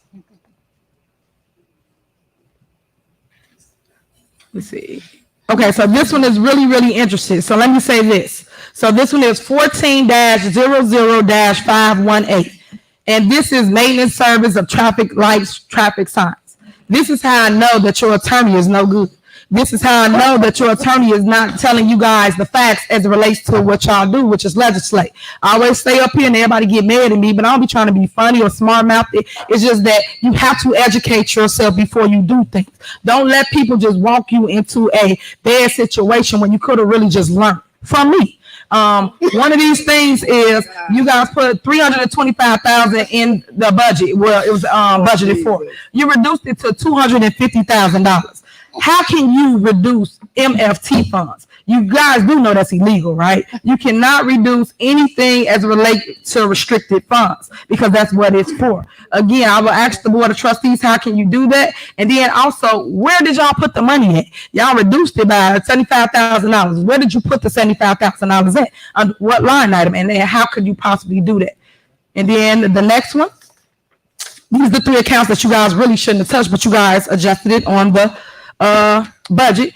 And this is federal funds. This is 28-00-840. Purchase of vehicles. Y'all got $90,000, which it was budgeted for. You guys reduced it to $30,000. And this is for our police department. So again, before you guys cut this, did you guys even reach out to the Department of Justice? But these are the things that you are just doing without asking the right questions and getting the right information. But I'm going to tell the residents the truth and how this really, really goes. The next line item, 28-00-597. This is other contractual services for, it was budgeted for $160,000. You guys reduced it to $100,000. And this is also something else that this is money that is seized and that we pay back to the Illinois State Police. Again, why did you guys reduce it? That's $60,000. Where did you put the funds? But these are all the things that you guys should know. These are the things y'all should ask questions about. But again, the board did it without you. They read you guys' line items. I told you exactly what the line item is and exactly what the board members are trying to do. So you talk about transparency. This is transparency. What you saw at that budget meeting, that was not transparency. That was a quick, hurry up, let's vote. The residents sleep. They at home. They outside. They at the grocery store. We're going to have a meeting on a Saturday when they had 5 more days to actually have a budget meeting like we do at regular board meetings. And you could have hit it at 5:30, 6 o'clock at night so that the residents can be here to hear what's going on. So they can address the board and say, hey, I'm concerned about X, Y, Z. But we did not do that. But I just want to point that out since we keep just voting on stuff and making it what's right for you guys. But when it comes to things that I place on this agenda, you guys table it or you don't want to talk about it, and that's not fair to the residents. But now you have your transparency. Now you can ask the questions that they did not answer for you in their video. So moving on, I want to put that on the record. That's for the budget. The next thing that the trustee just included in this overall motion is approval of ordinance number 22-004 related to changing authorized signers for bank accounts. Again, let me educate y'all some more on how this works. You guys know when you become mayor, you become the chief executive officer for the village. That person is the person that is on the bank accounts. These board members would like to put Trustee Jason House and also the clerk on the bank account and remove myself from the bank account. Guess what? It ain't gonna happen. You guys cannot remove me as the chairperson for the bank for the village of Dolton. And I know you're trying to do it because you guys want to pay your attorney that I'm not paying with taxpayer dollars because you wasted several lawsuits trying to sue me, trying to take me to court. And guess what, residents? I have won every single lawsuit that this board put. That's not true. So if that's telling you something, I don't know what else to say as it relates to them constantly putting me in court, but they're wasting your money. That's what I want you to know. They're wasting your money as it relates to the lawsuits. So the other thing that they got on this agenda, they got 3 referendum questions, just like they did before. The 3 referendum questions, they put the trickery stuff. People they understand what recall meant. They don't understand by voting yes for the recall is to remove me. I had people that actually came out and they signed affidavits. That's how much y'all want me as your mayor. And I love y'all for that. I appreciate that. But one thing I want to say is they're back at it. They're trying to do the trickery questions once again. And that goes as follows. Should the village board enact ordinances and policies to reduce fees for municipal services for senior services? Now, who wouldn't vote yes to that? Of course you want your services reduced, right? But it's all a setup for you to vote yes to certain questions. The second question, should the village enact a policy to assist seniors and disabled residents with a shared snow removal program? Now, again, why would they put that on there? I already created a snow removal program when I became your mayor, something that has never been done. But this the games they play with y'all intelligence. They try to sit here and manipulate the system and put things on there that they know you're going to say yes to, but we already have it. So why recreate the wheel? And the last question, which is just tickles me all the time, and they left Trustee Holmes off because he don't vote with the nonsense. So they created the law so only 5 of them can have majority to vote and approve this one last question. And it goes as follows. Shall the corporate authorities voting jointly, which they've been doing, right, have the power to remove by a 3/5, not 4/6, because it's 6 trustees, why you need the other trustee out, vote of all members of any appointed officers of the village of Dolton? Why do they need to remove any appointed position? Why? Because when they vote for appointed position, they tell me yes for it, but because they don't get along with the person or people won't do the dumb stuff that they do, then they want to remove the individual from office. Again, that's something else that's by law that I get to do as a mayor, and any mayors over the state of Illinois, their powers is to govern the town. They get to appoint their board, which is the people that runs the day-to-day operation. That is their administrative office. And you see most of them right here before you. So I just want you to know what's to come and what all this stuff means, because it's all trickery. No one explains anything. They want you to be confused. They want you to go to the ballot and basically vote for what they want because they got their own hidden agenda. And what really, really saddens me is that when I first came in office, Trustee House asked me to run on my ticket. Well, when I was a trustee, he asked me to run on my ticket. He had the opportunity to run with the previous mayor because that's who he came in with, and that's the person that he said that he's going to rock with. But then he backstabbed him, and little did I know 2 months in that he's going to backstab me. I didn't know that. Didn't see that coming. And the sad part about that is if you wanted the seat, Trustee House, you should have ran for the seat. But you was too coward to get in the race with myself, Trustee Holmes, Trustee Shaw, and also Riley. You didn't get in none of the race. And you could have just done that if you really wanted to see. So how dare you guys sit up here and create a law to remove me from office when the people told me yes? But let me back up. I forgot. You guys been trying to become mayor for the longest. You and Trustee Belcher, and the people told y'all no, but they told me yes. But I saw different in y'all, and I thought that you guys would do better and be on my ticket and actually help me rebuild Dolton. But yeah, you guys came in and spending money left or right. We're gonna talk about people spending money. Y'all spending money on nonsense, lawsuits, things that don't matter instead of helping the people. The money could have went back to the people when it did. And another thing, the LFI, the location finders that you guys voted for when we first got in office, and I told y'all that was a bad idea. They ain't brought no business to this community, and they shouldn't got another 3 years for a contract. But you guys gave them another $1 million contract. That $1 million could have went to Restaurant Row. That $1 million could have went to the kids zone. The things that I'm trying to create and build. Because when I ran, you guys said, "Hey, I'm with Tiffany's vision. I'm gonna run with the mayor." And when we door knocked, we talked about everything that we wanted to do, especially block by block. And we said we're going to take all the houses and we're going to give it back to the people. You guys to this day haven't done anything that you guys said you was going to do for the people. I have a problem with that, trustees. Moving forward. The next thing on the agenda is you can basically call the roll so they can vote on the reversal of the veto. Can I comment on a couple of things, Mayor, real quickly? The first thing, the village, the deputy clerk brought in severely underpaid as a full-time position. I put it on the agenda for her raise to be adjusted. The board approved it, but as of today, she has not received any compensation. So the amount that you said she's getting, she's not getting that. Number two, we have an ordinance and resolution in place that we're governed by as a village, that there must be 2 signatures on any check that is dispersed by this village. One of those signatures is the clerk, so I don't need anyone's approval to sign a check. I just don't sign checks that are not being properly vetted through the board. So my signature should always be on any check. So I don't need approval to get that done because I'm already an approved signature. All right, so just to clear it up so y'all understand what she just stated, she said that she has to be on the check. That's not true. If y'all can just be quiet for 1 minute so I can get it out to tell y'all what the facts are. So basically, you do not have to have the clerk on the check. She is a notary. That's it, a notary. She don't have to be on the check. That's why the bank keep cashing the checks. It's like, ask yourself the question, if I'm the only one on the check and it's so illegal or not right, why would the bank cash the check? They cashed a check. They didn't have no signature on it at all. Okay, you finished. And that's not true.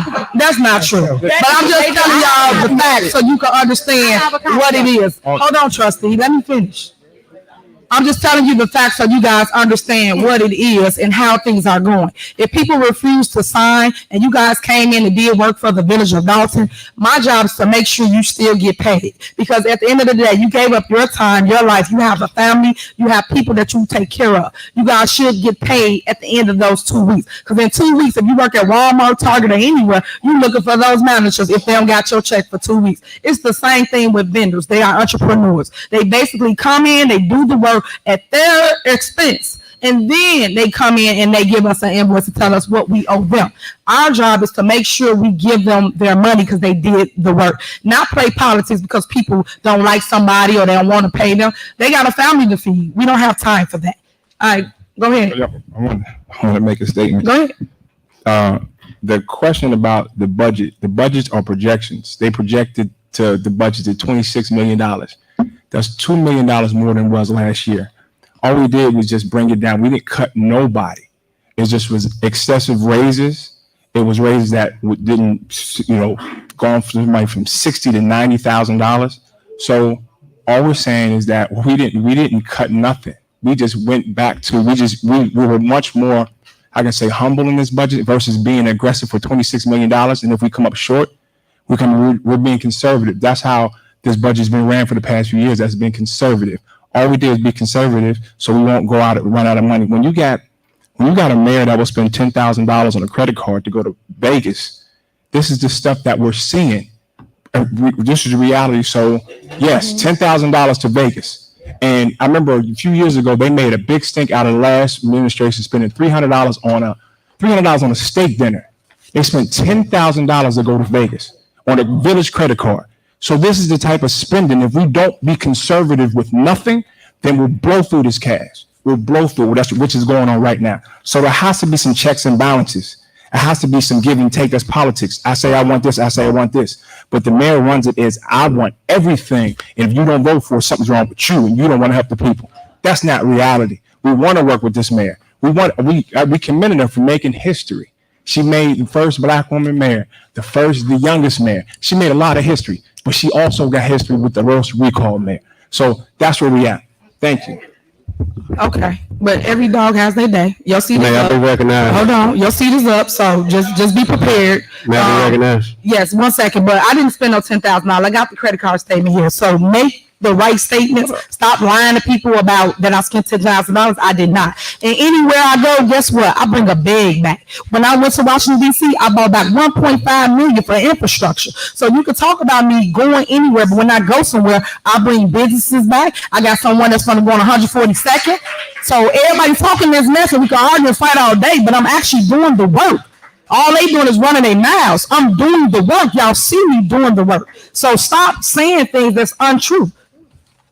Go ahead, trustee. Go ahead, trustee. Right here, $10,000. It does not say $3,000. $3,000. That's what it says. Go down. Go down. Let me help you read. Clear your glasses. It say $3,000. It say $3,000. Hey, zoom on this. It's $10,000. Go ahead, trustee. You know, I got one thing to say.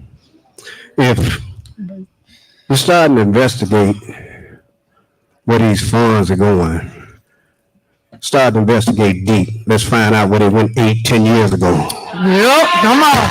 Let's start recouping that money back. Let's start recouping that money back. You know, if we're gonna try to find out where the money, we need to go back and recoup the money and find out where it went to and bring that money back to the taxpayers. Hey, quiet! Quiet!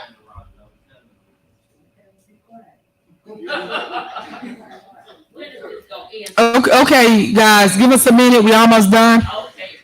All right, go ahead, trustee. No, I'm done. Okay. All right, can you call the roll, please? Can you make sure it's called right? Wait, no, you. This vote is to combine item E and F. Trustee Brown? Aye. Trustee House? Aye. Trustee Norwood? Aye. Trustee Steve? Aye. Trustee Holmes? No. Trustee Belcher? Aye. Motion passed. All right. All right, so we will be in court for those items, just so people are aware, and we don't have a budget, so we're still working off the old budget. Now, next is the mayor's report. Yep, next is mayor's report. So I got a couple things to mention.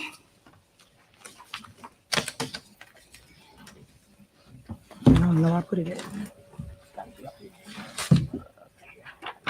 Okay, one thing that we did on August 4th of 2022, we did a bonfire. It was really, really cool. We did s'mores. Everybody had their family members out, all about family. So any event that I ever create or do in the village of Dolton, you can bring your family. You don't have to look for a babysitter. The next thing we did was we swore in 2 new police officers. One was on August 5th and the other was on 9/1, which is September 1st. Also coming up, we did this already. On August 7th of 2022, we did the Dolton cleanup. That's something I'm really, really big on, cleaning up the community. We did the west side of town, the side that everybody said we don't go to. We was over there. And that's down the street by Roosevelt School. We did a reopening of the basketball courts, and we did a back to school fest. It was on August 19th. That was really fun. A lot of kids was there. It was full, packed.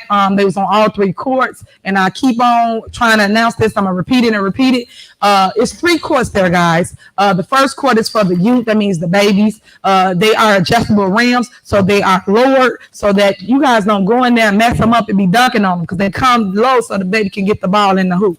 And then the middle court is for the intermediate. And then the other court is for the advanced. So please try to use the courts accordingly. Also, we have a area where you can sit down and have a picnic there. That's actually cool. We did that today. We do that on lunch half the time. Go over there, enjoy the whole look of things. That's something that normally you will see in Orland or Tinley. So all I'm trying to do is create things that we run to and put it in our own backyard. Another thing we just did was on August 31st, we did the senior technology class. That was cool. A lot of people came out. You guys was able to give us your phones, your tablets, or your iPads, and we basically put on there your Facebook, Instagram. Yeah, some of y'all got Instagram. I'm so amazed by that. Y'all got Instagram, and then also we did emails. So that was kind of cool.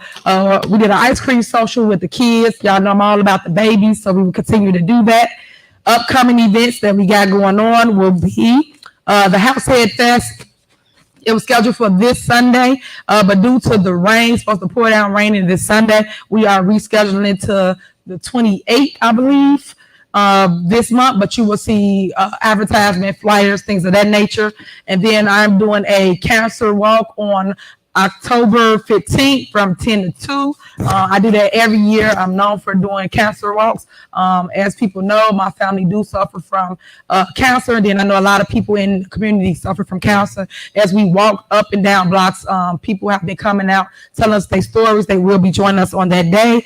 And that has led me to create something bigger than just here in Dolton. I'm actually doing a cancer bike / ride to Springfield. So anybody want to join us, anybody want to come and work out with us, or actually just get prepared before we get to walk in next month, please come, and we're going to work out right there at the basketball courts. I will post it on Facebook and on our webpage so you guys can join us. And this is to raise money for everybody. That means every municipality, I'm over 17 municipalities in the south suburbs. Anybody can benefit from it. If you live in that community, you're struggling with cancer, and you need help or need money for medicine, chemo, or just to go out, or for a rig, ladies, we will help you. The next thing coming up, the senior technology course will be on September 20th, and it'll be 11 to 1 here in Village Hall. And then you guys really, really love Conversations with the Mayor. That is scheduled for September 21st. And that will be from 5 to 7. And then I'm calling all JB skaters. So all you guys that like to get on them 4-wheelers, come on out, mini skates. We are having something at the Just Ice Courts. It's on 144th in Greenwood. It will be October 1st from 7 to 10 p.m. And then our next Dolton cleanup date will be September 24th. And then something that we did do over the weekend. I was out of town for the last couple of days. We just got back the other day. And I basically went to Jackson, Mississippi to help them with that water shortage. Of course, I did that under my supervisor title, but I also included mayor. And we went, and oh my God, it was a 10-hour drive. I don't know how people do that with road trips, but I couldn't fly because I wanted to take my entire team. We went out there, we helped them. We gave them 27 pallets of water. They were so thankful. And when I say people, learn to just help anybody just because we is human first. Don't let it be because it's only in your backyard that you only help your people. Jackson, Mississippi, y'all are my people. We love y'all. Councilwoman, she did help us over there. Lean, she was really grateful for the water. She took us around Jackson, Mississippi. We saw everything from the bad, the good, the ugly, and they were just so happy for the help because they've been asking for help left and right. They weren't able to get a lot of resources, but people been pouring in, just donating water. But I just want y'all to know that Thornton Township did show up and show out. We went down there drones, took 10 hours to and from, and it took about 12 hours back, but it was kind of cool, and it was almost cool because of the bonding. I did like that with my staff. The next thing too, Dixmoor. Dixmoor is struggling as well with water. Of course, through the township, I give them plenty of water. But if you guys have it in your hearts and y'all want to just buy an extra case of water, please purchase it. You can drop it here at Village Hall, or you can drop it at the township just to help them because they still having water made breaks. They do have people coming out to help them. We was out there. Tony Perkins was out there, and we did that right before we left to go to Jackson, Mississippi. So please still help no matter what. And we dropped them off 3 pallets of water the day before we left. 146 in Indiana, I did mention that before, that has gotten paved. If you go down that street, it was bumpy. I keep trying to educate people on the other side is Riverdale. Riverdale been did theirs some years ago. We just paved ours, so it's smooth. But by being smooth, people are running those stop signs that we put in. When I became mayor, I did join with Jackson, and we put in stop signs along the way to slow down the speed, because it's literally like a mile of just, you can do 90 down that road. And they've been having a lot of turnovers and accidents. So now we're going to put up speed bumps. They had told me once they cure the road, then I can put the speed bumps up. So that will be up down there by Roosevelt School. And then also we will be going on to LaSalle Street to put the speed bumps there as well.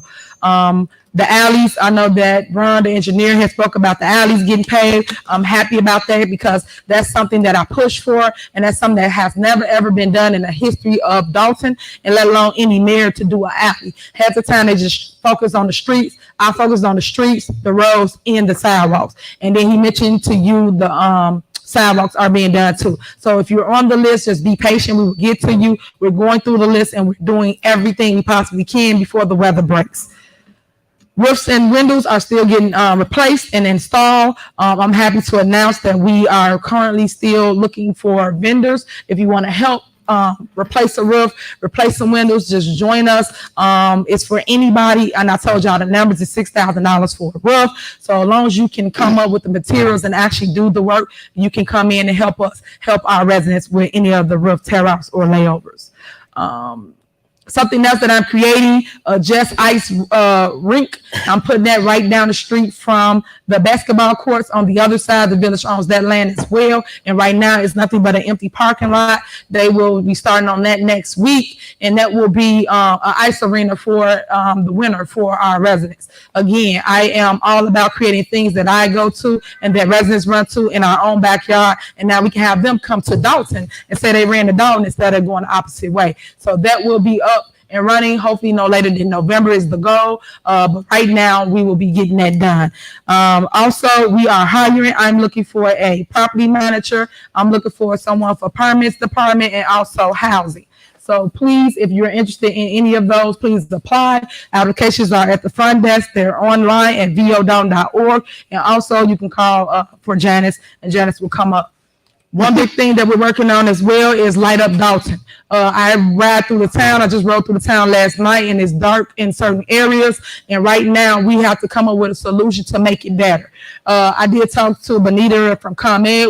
We ordered 50 light poles so they can go up throughout the town. And then also, I'm trying to get a program structure so that we can have the actual poles put in everybody's yard so that they can light up the block as well as the bigger lights that's on the street. So we're working on that now. We should launch this probably September, October, and you'll hear more about what we're going to do with that. I'm so happy to announce that the fire department is going to reopen Station 2. We'll be reopening on September 10th. We will have a ribbon cutting on the 10th, which is a Saturday, and it will be at noon. Every resident is welcome to come out and see the new station. It was down for quite some time, and I'm just happy to announce that we are moving forward. And that was one thing that was on my to-do list, and it got done in ample time. I would want to just say thank you to all my supporters and people that took the lead and made sure that got done. Also, I want to say thank you to Chief McCain for actually seeing that through. And now the firemen can actually come out of this station here, Station 1, and half can go back to Station 2 because it's a matter of seconds that saves lives. And if you're on the other side of town, we can get to you literally, say it's 5 minutes. We can get to you in 2 minutes because we're closer to wherever the fire is compared to us coming from all the way here, and not to mention getting caught by one of those trains. So y'all give it up for Chief McCain for just taking care of business. Appreciate you. Yeah. So that's one thing that I want to state. I'm just always still taking care of business. I'm always staying focused and always just making sure that things are getting done and addressed as we move through this village. Another thing that I want to announce through my executive order, y'all know that Medley Fitness has been closed for quite some time due to the fact of number one, the pandemic, and then number two, we cannot afford it as a village. I am currently going to make that or turn that into a police station for the police department. That will be a substation compared to the station that's here. So it will just be for administration. It will not be where the prisoners is housed. They will still be housed here at this station. Just like the fire station can have station 1 and 2, the police station will have 2 stations. So we will be working on that, and hopefully that can be up and running by January of 2023. And then also one thing that residents really, really care about is that pool. And I'm going to make sure we reopen that pool for January of 2023. The pool will be reopened for the residents of Dolton, and my goal is to make that free, so you guys can come out, or $5. So y'all know, y'all collect some type of money, but it will be free to the residents of Dolton.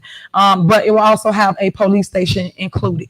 And then to further say what I want to do with the kid vision, you guys know that I want to put a splash pad down Greenwood, also a roller, what is it called? A skate park, and then a walking trail, which will come from Village Hall and it will go down Greenwood, where people can have a bike/walking trail. So just things that just vacant land, just sitting there, cutting grass, we're not doing nothing with it. So these are the things that I have planned for our village. Also, I did announce when I did go to Recon, we brought back a couple of vendors that wants to actually redevelop 142nd right now at the next board meeting, because I did put it in a committee, so you guys don't have to table it. We will be talking to a business owner that wants to put a aluminum factory here in Dolton, and they will have a store like how on 71st y'all go and y'all buy the candy, or y'all can buy aluminum pans, things like that. He wants to put that right there on the corner of 142nd and Cottage Grove. So he will be on the agenda in 2 weeks to talk to him. What did I not mention? I talked about every lawsuit that I've won in the village of Dolton due to the Board of Trustees trying to sue me for every little thing. But it's just wasted energy, wasted time, and wasted money. One thing I do want to point out is that the clerk also tried to sue me for a FOIA. And I'm glad that the judge did throw it out. Said that I did nothing wrong. They included me in the FOIA lawsuit, saying that I wasn't giving information out. Guess what? I run the day-to-day operation. I don't work here. I don't give information to NT1. So when they found out that everyone was doing their jobs, they told the clerk that she needs to do her job and make sure she give the FOIA out, and that her deputy need to come to work, and then they will be in compliance as it relates to moving forward. So I just wanted to point that out to everybody so people can stop doing the blame game, because it's easy to point the finger, but when you point the finger, it's 3 more pointing back at you. If people just stick to their job titles, which is you're the clerk, I'm the mayor, so I run the day-to-day, and we would get along just fine. I am not the FOIA officer, the clerk is. So whenever you guys FOIA anything, she is the one that should give it to you as it relates to information from the village of Dolton. I got too much on my plate to worry about FOIAs going out. That's why you have a clerk that is over the FOIA department. So I just wanted to mention all these wonderful things. Tino, you ready? Got one more video and we're done.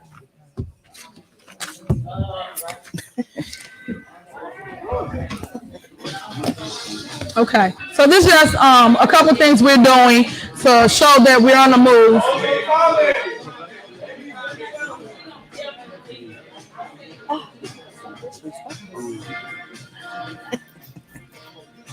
So this is the pavement on 146. So this is just to show y'all all the stuff that we're doing. And this is my theme song, boo. I love this song. 'Cause ain't no stopping us now. We on the move. We're going to keep moving down forward no matter what. And I want to give a special thanks to Trustee Holmes for always helping and making sure things go accordingly. He's the only trustee that's been helping me with every single project in the village of Dolton. And this right here is, of course, the Just Ice Courts. And we got it donated, the blacktop that you see before you. So we got a lot of donations. And that's the area that I said that you guys can do the picnic area. So family reunions, birthday parties, or if you want to just see your kid come and play ball, the other kids can come over here. Eventually we'll put like a little playground inside there.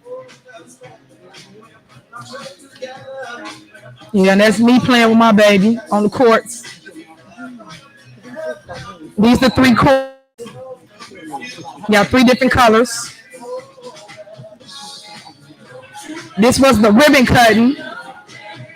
The ribbon cutting was a huge hit. And again, you see Trustee Holmes, no other trustee, nobody else cared. And that's phase 1 of the kids project.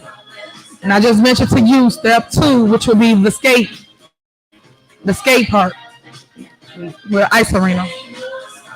Now this right here is the tear-offs for the roofs for the seniors and veterans.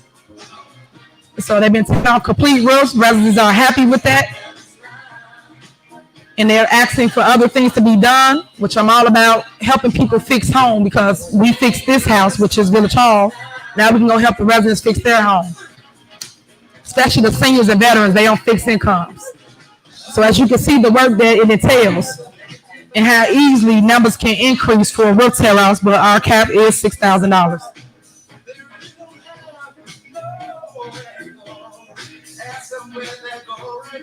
They don't know. That's right. This is a window being replaced. They did bay windows, and then they also did 4 little windows. So we had 3 different crews, I think is all we have now. Brian said we had 11, but sometimes people don't want to go within those price points. And the reason why the numbers are so low is because we want to service more residents. Listen, listen, every word I say.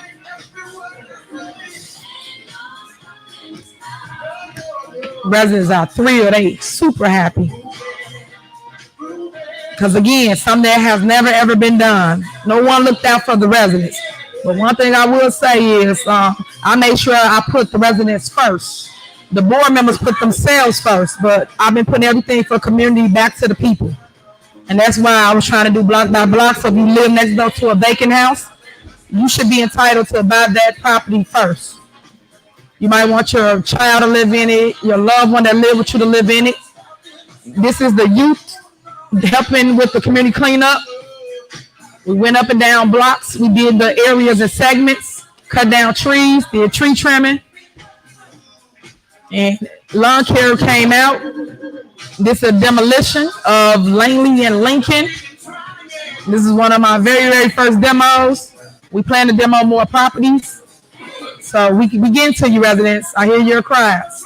And this is the aftermath of how it looked. It's just a plot of land now. But the eyesore is gone. And it had a house full of cats. Oh my God. A house full of cats living there, yeah. So as you can see, despite all the stuff y'all see me go through, I'm still moving. I'm still creating. I'm still helping. Yep. Thank you.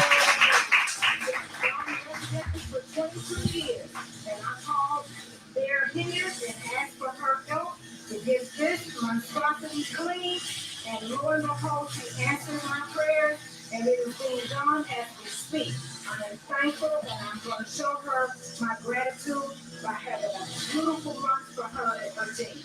My name is Lydia Henry, and I'm truly appreciative. Yep. So there y'all have it. What's going on? You got one more, True?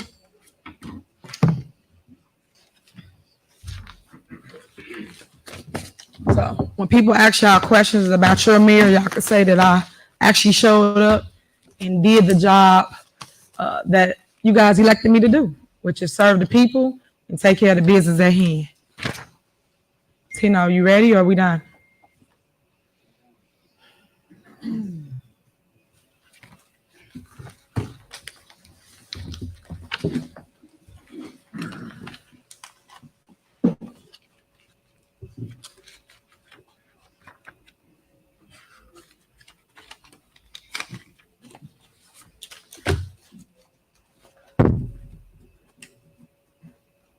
Okay, so we're going to move forward and we're going to now do citizens address. Then we're going to close session for one item.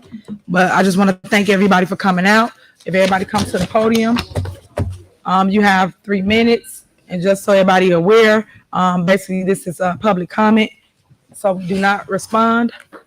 And then afterwards, you guys can see any of the department heads with any concern that you have. Okay. Public comment.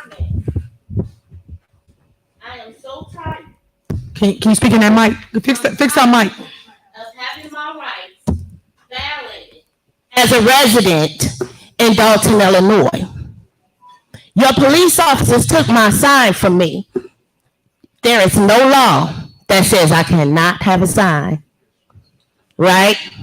What ordinance is it that I can't have a sign in here? Is there an ordinance that you can't bring signage into a meeting? So my rights was violated once again. And I watched as others disrupted this whole room and nothing be done. But you always find your way to single out Miss Downs. Like your trustee, Brown, who tried to get an order of protection because I did what? I told the pastor to pray for me because you attacked a senior. You did, in fact, attack a senior. You did attack a senior, and I have the video of you attacking the senior. Point blank, period. We have the right to have our phone, just like you said, it's a breach of peace when I have my phone. I have the legal right to have my phone, my body cam, whatever I want on at all times. If it's uncomfortable for you, I suggest you stay out of public view with that. But you will not sully my name. You will not constantly impede on my rights. And please know that you will be working for me. Because if you think my time is free, you're highly mistaken. Highly mistaken. Your name is Sully Soil. Understand that. That bar is still filthy with debris everywhere. Someone got their head blown off there. That's the same place that had a $4,000 water bill and you changed the name of the person. Corrupt Trustee Brown. You gotta go. Yesterday. What have you done for the people since you've been here 4 years? Nothing. Nothing. What events? What have you done for the people? Absolutely nothing. Brittany, I'm not going to deal with you either. I saw you change the fees for inspections and it hadn't even hit the agenda. You're incompetent. And I'm not having it with my tax dollars. Point blank, period. I'm not going to deal with this anger that you guys portray to the whole community because now I'm angry. What plans do you have for monkeypox? What's your emergency plan if the Ukraine has that nuclear blow up? What's your plan? You don't have one because you all are incompetent. 3 minutes. See you in court. Period. Next, you got 3 minutes. Okay, while people speaking, y'all got to keep it down so we can hear them. My whole platform changed. I had some things I was gonna say, but the bottom line is, you trustees can't sit here and do certain things and then think we don't have a right to freedom to speak about it. We have a right to wrong. We have a right to watch you all. Hi, your new watch boy. And believe me, I'm loving it because right about now, I'm real upset that 4 of you trustees did not get violated by Robert's rule, but I'm going to take care of that. Be rest assured. I'm going to take care of that because y'all stay so far out of order, but then when it comes to us people, you haven't done nothing. And here's my public record to you. I challenge you and dare you to say I've not done nothing. I dare you to say you've taken a meeting with me. I dare you to say I've seen you do something for the youth. You've done nothing. I didn't see not a one of y'all. Now the mayor made an appearance. I didn't see not a one of y'all out there when these kids was going back to school this year. And y'all want to sit there? Y'all are immature. You're disrespectful. You're sorry was a joke to the people. You're not sorry. You like playing them little mischief devil games. And the bottom line is, guess what? We got the power. Now we got some officers that need to go too. And just like Ms. Downs, now I'm at the point, I'm tired of officers thinking that I want to exert my right. Because I will.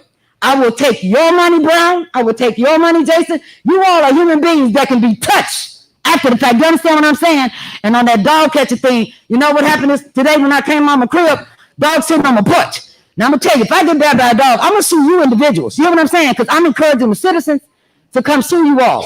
That's what you need. You know why? Because you're not a ghost. If you want to be a ghost, get up, resign from our board, get out of our community. And if you all are really true dog nights, y'all the most embarrassing people that has ever sat here, and y'all the comebackers, y'all should get up and go back because your parents ought to reprimand y'all for how y'all been carrying on as elected officials. Now I'm going to my crib where my grandson is that love me and I do a lot of things for him. Good evening. I'm coming asking for help. We've been here since November of last year. We live on the block where that basketball court was built on the cul-de-sac of 144th Place. The address of 612 East 144th Place, the backyard and the garage is condemned. It has garbage. I have come here, I've asked to speak with Director Moore, nothing. We've put in complaints, nothing. When you all came around with the boombox speakers, my husband signed your petition to get the mayor reelected. He was told that your personnel would contact us the next day. Nothing. There are beavers, there are rats, there are building holes in our front yards. So when the rats start to come into our property, who's going to pay for that? I have the pictures. I've been here constantly asking for some help to come and get that garage demoed and to get that space clean. Nothing. We pay our taxes. We bought this house in November of last year. We're not trying to move. We just need some help for the taxes that we pay. And we get, oh, we'll come to this committee meeting. This committee meeting, I work in HR, is toxic. I don't want to work 10 hours, then come here for 2.5 hours to sit in toxicity. That's not my demeanor.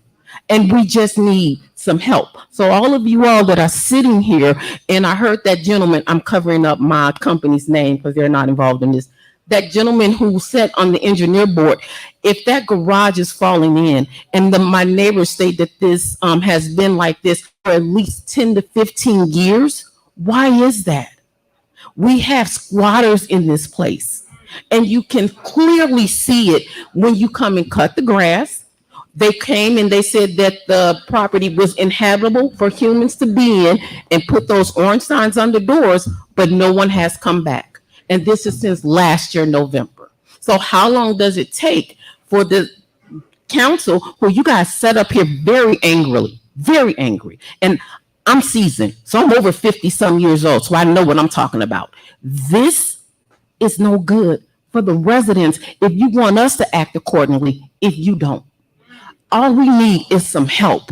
And if you all are gonna sit this, I'm gonna sit my husband and everybody on, let's sell our houses, because this is not why we work hard every day to buy a house, to come and sit for 2 hours of just hearing I. It should be us as a whole. And I'm new to this, but this is not what I want to come up into. And if you have a pastor on your board, he puts up with this.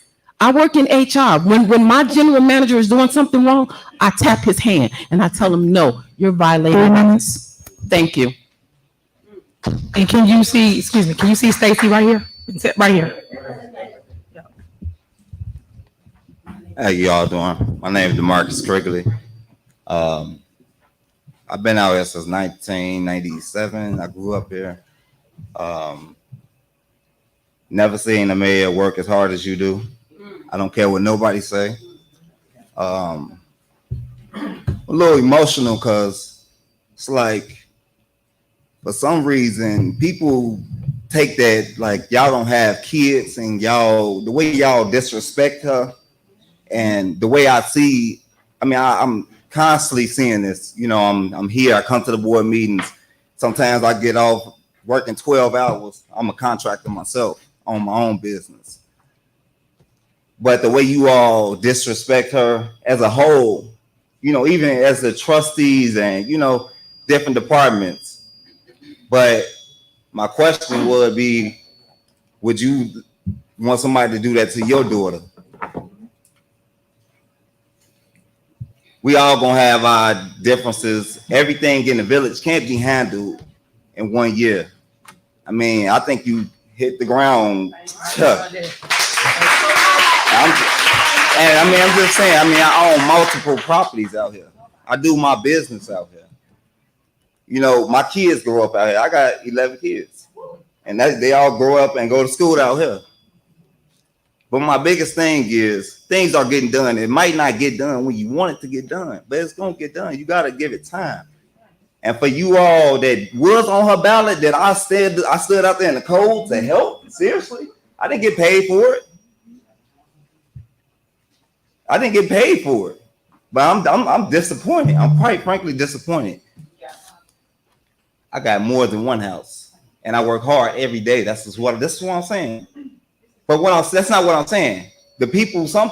some older ladies that I grew up watching, that I respect you all, grew up with your husbands.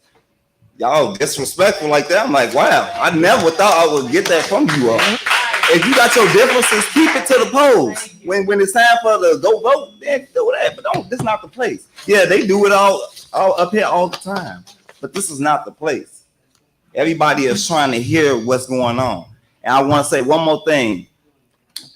Stacy, I really appreciate you. Every time that I need something done, he is the guy to call. I'm talking about, man, I've been waiting on a gas meter for over a year at one of my properties. They needed him to come ride something out. He's back in 5-10 minutes with the truck and himself. And he's a superintendent.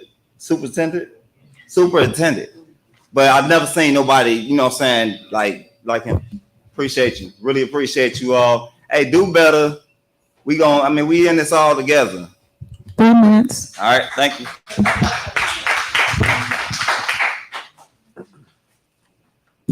Good afternoon, Mayor, trustees. I'm going to direct this directly to Keith and to, I'm always going to call you Tiff, the mayor.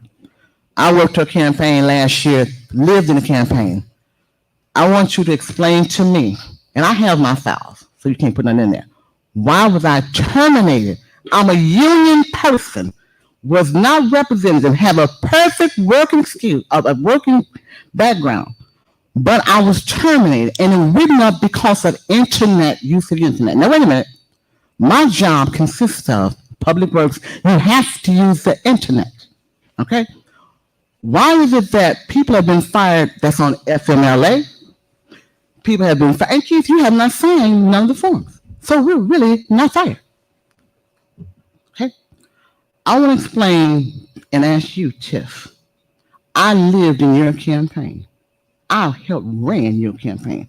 Is it because the time for the recall, I had so many deaths, I lost a mother-in-law, 2 brother-in-laws back to back, and a cousin that got murdered, that I couldn't deal with the time that I spent with you before?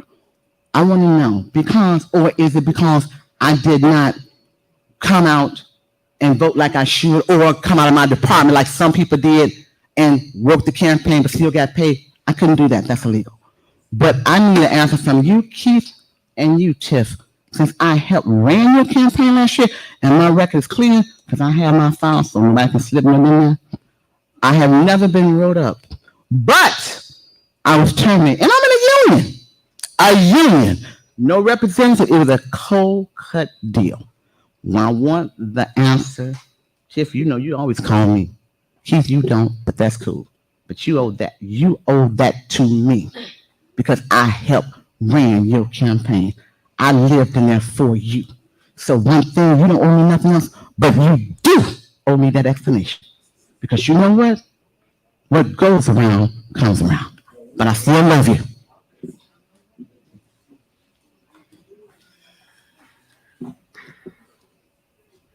Good evening, everyone. My question is directed to this young man right here, the attorney for the trustees. I was under the impression that 7 cases were dismissed by the court system. Have all 7 cases that the trustees presented, have all of them been dismissed? Excuse me. Excuse me, I'm talking to you. Okay, it don't work like that. Excuse me. You can talk to him over there. You can talk to him over there. This is not a Q&A. Okay. We have people before you. Nobody. We have people before you, so you can go talk to him There's over there. It's nobody not right a here. I'm Q&A. not finished with my questions. But it's not Thank a you. Q&A. So if you got a question for him, he's in the audience. Excuse You me, can go I over there and have talk to him. another question. If you can answer this question. This question is for you. If you can answer the question. When you first got elected, and even before you got elected, you talked about the forensic audit. Whatever happened to the forensic audit? Again, this is public comment. You make your See, that's comments, why and this is not Q&A. This is why I address my questions to this gentleman right here. He does not work okay, for the I have village. another question. Okay, if you don't mind, because I'm trying to hurry up before my 3 minutes is up. Trustees, As long as I've been in the village of Dolton, coming to board meetings, I have never known anything not to go in front of the board for a vote when you are renaming a street or naming a street. So, just ice, did you all vote on that name? Was it put in front of the board? Nothing comes in front of the board. No? Nothing comes in front of the board. Thank you. Again, this is not a Q&A. This is not a Q&A. Donations for the basketball court. Can the residents of the village of Dolton, if they FOIA the clerk, can we get a copy of whomever might have donated monies for the basketball court, because that money went to the village of Dolton, not the mayor? Am I correct? Correct. Yes. Correct? Correct. Yes. Okay, so can I, clerk, if I FOIA you tomorrow, can I get that information? I would have to forward that to the finance department because I don't keep the records for finance. Thank you.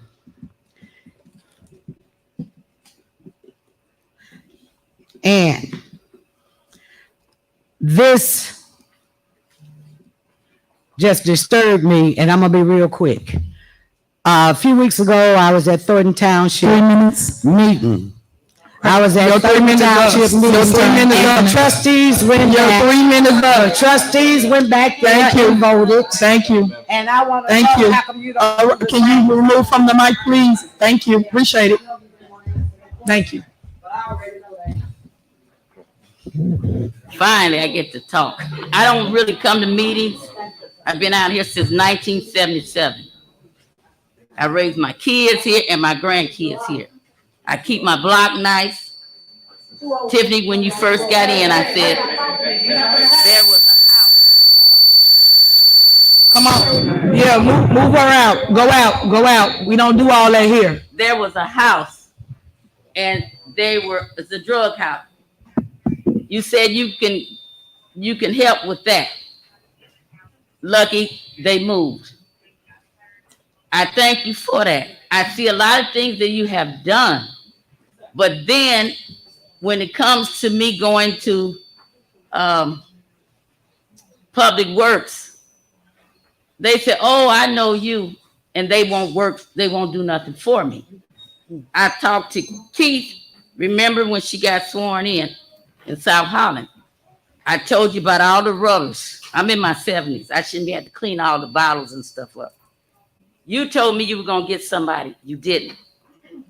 I went to Stan finally, and he did. He said, "Pat, I'll get somebody for you." I see a lot of stuff that you do is nice, but you have people working for you that hold grudges. I don't know if you know it, but when they talk to certain people, they won't do nothing. I need a garbage can. You know, they told me, call Homewood. I called Homewood. Then when I went to pay my water bill, I talked to the girl. She told me that it'll be 2 weeks. It's been 3 months. I got big holes in my garbage can from the roads. So a lot of things that you may not know, you got people working for you are doing dirty stuff to residents. That's the beef. And that's the beef I have. Even though I see you have cleaned up out here. And I thank you for that. But I want to live on a clean block. I cut my grass on the side. I pay $60 a week. That's not my land. When the other mayors was there, they cut it. But I pay it, and I try to keep the whole block nice. So when I go to Public Works and I ask for help, I don't understand. Am I blackballed? I don't get any help. So I had to pay out my pocket. And then I said to one guy, he said, "Oh, you're a senior citizen. You need to move to a senior citizen place." So, you know, I moved from Allgale Garden. And when I moved from Allgale Garden, I moved and had the house built in Dolton. Even though I tried to walk away from it, I turned around. I said, I'm going to make something out of Dolton. But I don't want to be here And I could stay in the project if I got to fight. 3 minutes. So you shouldn't have to fight people. You understand what I'm saying? And I'm tired of that. And if you could see William right here, William Moore. He's sitting right here. Good evening, y'all. I'm really happy that I'm here tonight to see all this. I've been in Dolton since 1994. I raised my kids here too. And you all, last year, I cut short my vacation to come and move people to vote you guys here. I worked within my African community. I delivered over 90%. Now, I didn't come for the recall because I was looking at you guys and I was believing in you. You started to make me hate the mayor. But this night, you have shown me who you are. And I'm going to be on the move now. I'm sorry, Mayor. I thought you all, I was believing in you all. When I look at that thing and when I hear, I was thinking that she was wrong. This is not how to run a community.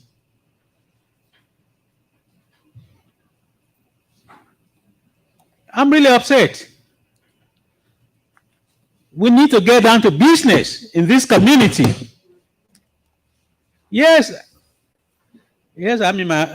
I'm over 74. I plan to live for as long as God gives me breath in this community. I'm not moving. Just like I told the white people that were in front of me in those years that were intimidating my children. Guess what? I told them I wasn't moving. They moved. I'm staying put here in Dolton. Anyway, that'll be for next move.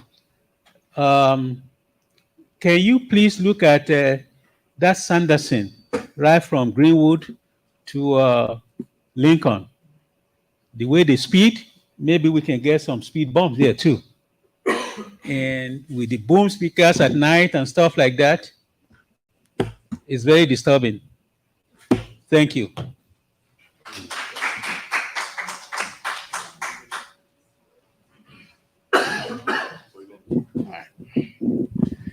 All right. Well, for some positivity, I am the coach and mentor that spoke a month ago about our fields, the rec center, and also the courts. I just want to say, as a mentor, I train my boys to be men at a young age. So actions speak louder than words. And I want to say thank you from me and my boys for the courts. If you Google it, there is no other courts in the area within 15 to 20 miles that you guys can go to and take babies to with adjustable rims that's safe. Speed bumps in front of them. The ball goes over the gate. Guess what? Cars are stopping because they have no choice but to. So, like I said, thank you. I appreciate you. And I'm willing to take a stand. I always volunteer every year. So I'm here to say it right now, tonight as well. If you need somebody for a free basketball camp or anything, I'll donate my services. I'll bring the coaches out. All right. Thank you.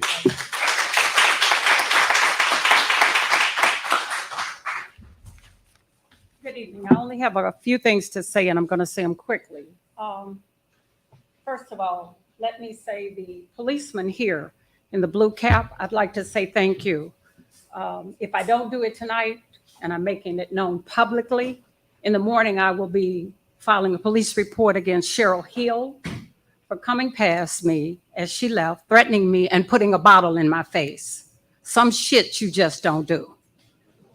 When you stand up here and you call yourself an advocate for the village of Dolton, I'd have turned this meeting out. Now, she might have got me with a bottle, but she'd have had a fight on her hands. Number two, I'd like to ask the attorney, and I can take a nod of the head if he can't answer. Are you our corporate attorney or a prosecution attorney? I love. It's public comment. We couldn't get any. He's the answers. prosecution Okay. attorney. May Thank you. 12th of last year, everybody always out of order all the time up here. I got This it. is the problem. I got it. Always out of order. You always out of It order. is, Public comment, all right, trustee. they own my 3 minutes, just so you know. We had Zoom meetings and we couldn't get any answers. We have public meetings and we still don't get any answers because nobody gets back to you. And Stacy, you know you're great because you know you gave me some advice. But I need you to come over to 150th or 51st in Blackstone. I've called. Hate to say it, but you didn't get back to me. But we have bumps in the street. They came through, they patched one block, but the whole block is there and it is extremely dark there. We got one light, one, maybe one at the other end of the block for a 2.5 block radius. And if we're getting, thank you, if we're getting all these lights, I'd love to get one, if not more. Secondly, I'd like to say this, and it may not really matter. Mayor, you are our mayor. No matter what goes down, I stood for you when you ran. I don't stand for you now, but that's my right.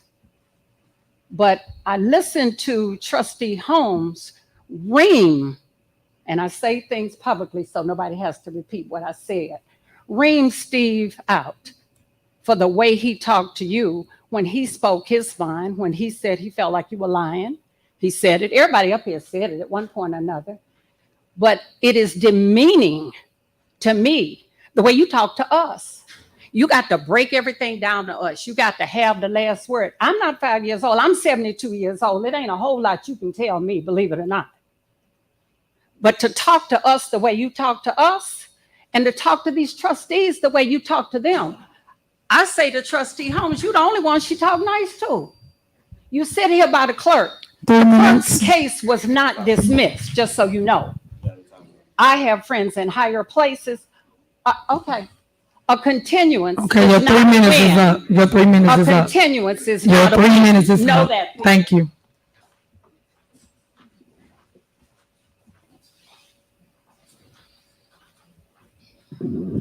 Good evening, everyone. It's been a while since I've come to a meeting because of the fact it takes way too long. It's 9 o'clock and I have a real job to go to in the morning. But I'm gonna be quick. You've done a lot of events and put on a lot of things for the village, which makes a lot of people happy. My issue, and I dare say issue, is I just wonder, it takes money to do that. And I hear you say you get the donations, great, but there's nobody that says that we know where the money's coming from. So those are expenditures. Am I right? That's expenditures. But we don't know where the revenue's coming from. As a taxpayer, I want to know where the revenue's coming from. It's great if you get donations, but where are they coming from? Because if we don't know where they're coming from and you're using the tax dollars, that might create the deficit that was brought up. So I'm concerned about revenue generation. Where is it coming from? I hear about all of the events. I get the text message. Oh, that's great. People have a good time. But where's the money coming from? That's what I want to know. And that's not being answered. And I know this is just comments, but that's my comment. But I would love to hear, where's the money coming from? There's no new businesses coming that I know about. There's proposals for businesses, but there's no revenue being generated. One last comment is disrespect is relative to whom's being disrespected. So I have to agree with the last speaker. I don't think that you can sit and disrespect someone and not have them clap back because they're going to do it.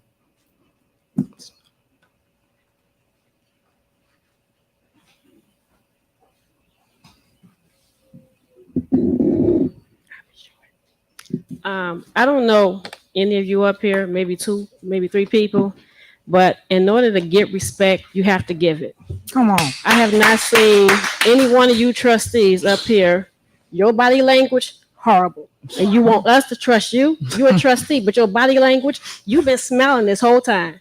Like I said, I don't know you, but your demeanor is horrible to be a trustee sitting up there. Mr. Steve, I don't know you. I haven't seen you be disrespectful body-wise, but verbally, some things you guys just don't get. It takes a village.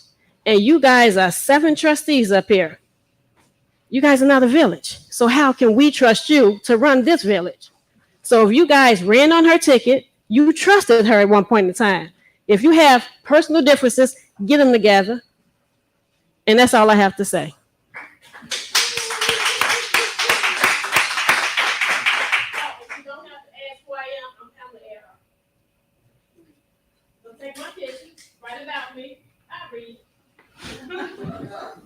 Thank you. Good evening. I've lived here for 35 years. I've seen it come, I've seen it go.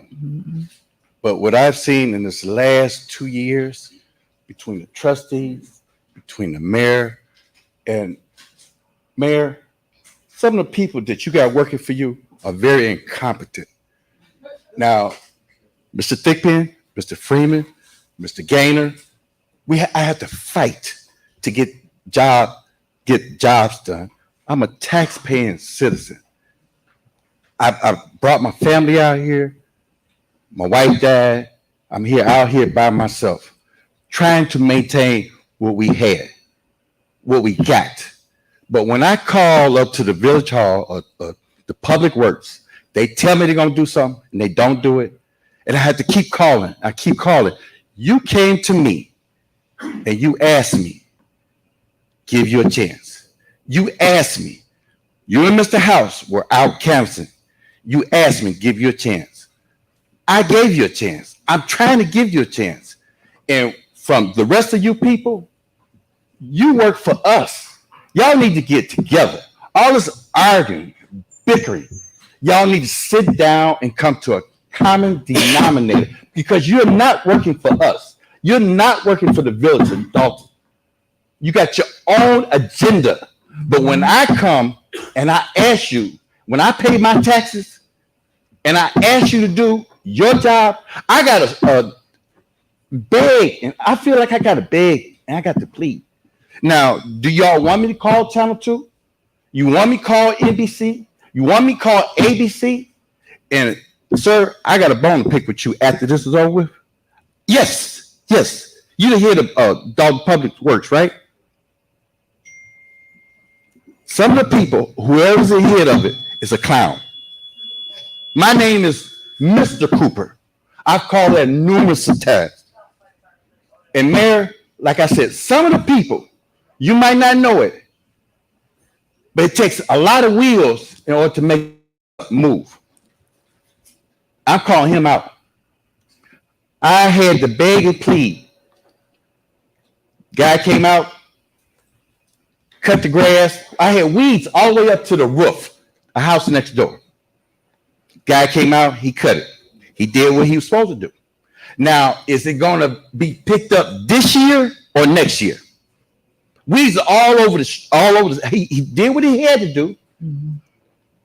But all I'm asking y'all to do, and I'm looking directly at you, do the job. If somebody calls up, why should I have to call up there every other week? The people, when I call, they know me. Okay. I'll speak with you. And I'll give you your number. You give me your number. But you work for us. Okay? All I'm saying is do the job. I understand. All right? I'm frustrated. I'm tired. Okay. Okay, Mr. Cooper, and if you could see Keith Freeman right here and address the other issue. No, I want to see him. Yeah, you can see him too. That's fine. Mr. Freeman did what he He did what's wrong. Okay. Brian did what he's supposed to do. Okay. Mr. Gaynor, he hasn't done what he's supposed to do. All right, understood. Check him. All right. So next on the agenda is, can I get a motion to go in closed session to talk about pending litigation? I make a motion. Is there a second? Second. All right, it's been motion second. You guys can stay if you wish, but we're gonna go in closed session to talk about a pending matter, which is 300 West Sibley, and then we'll come back out. So thank you.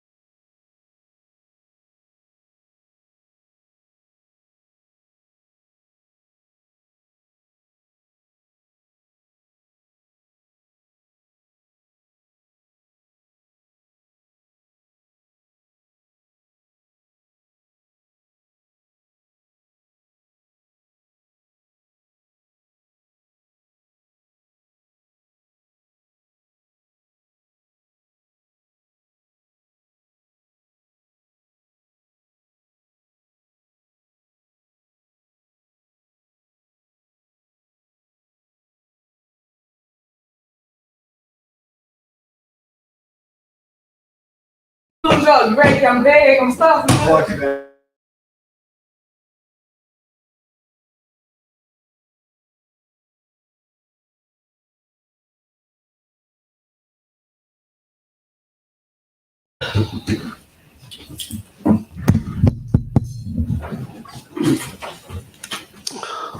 Order in the court.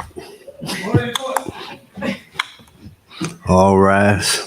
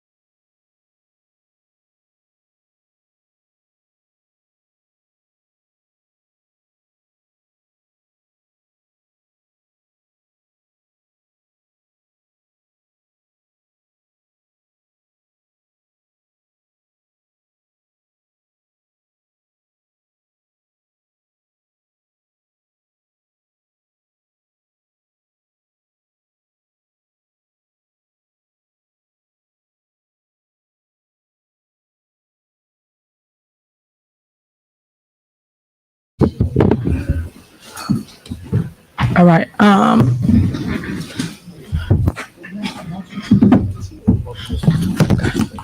Can I have a motion to reconvene the regular scheduled board meeting? A motion. Second. Motion and second, please call the roll. Trustee Brown? Aye.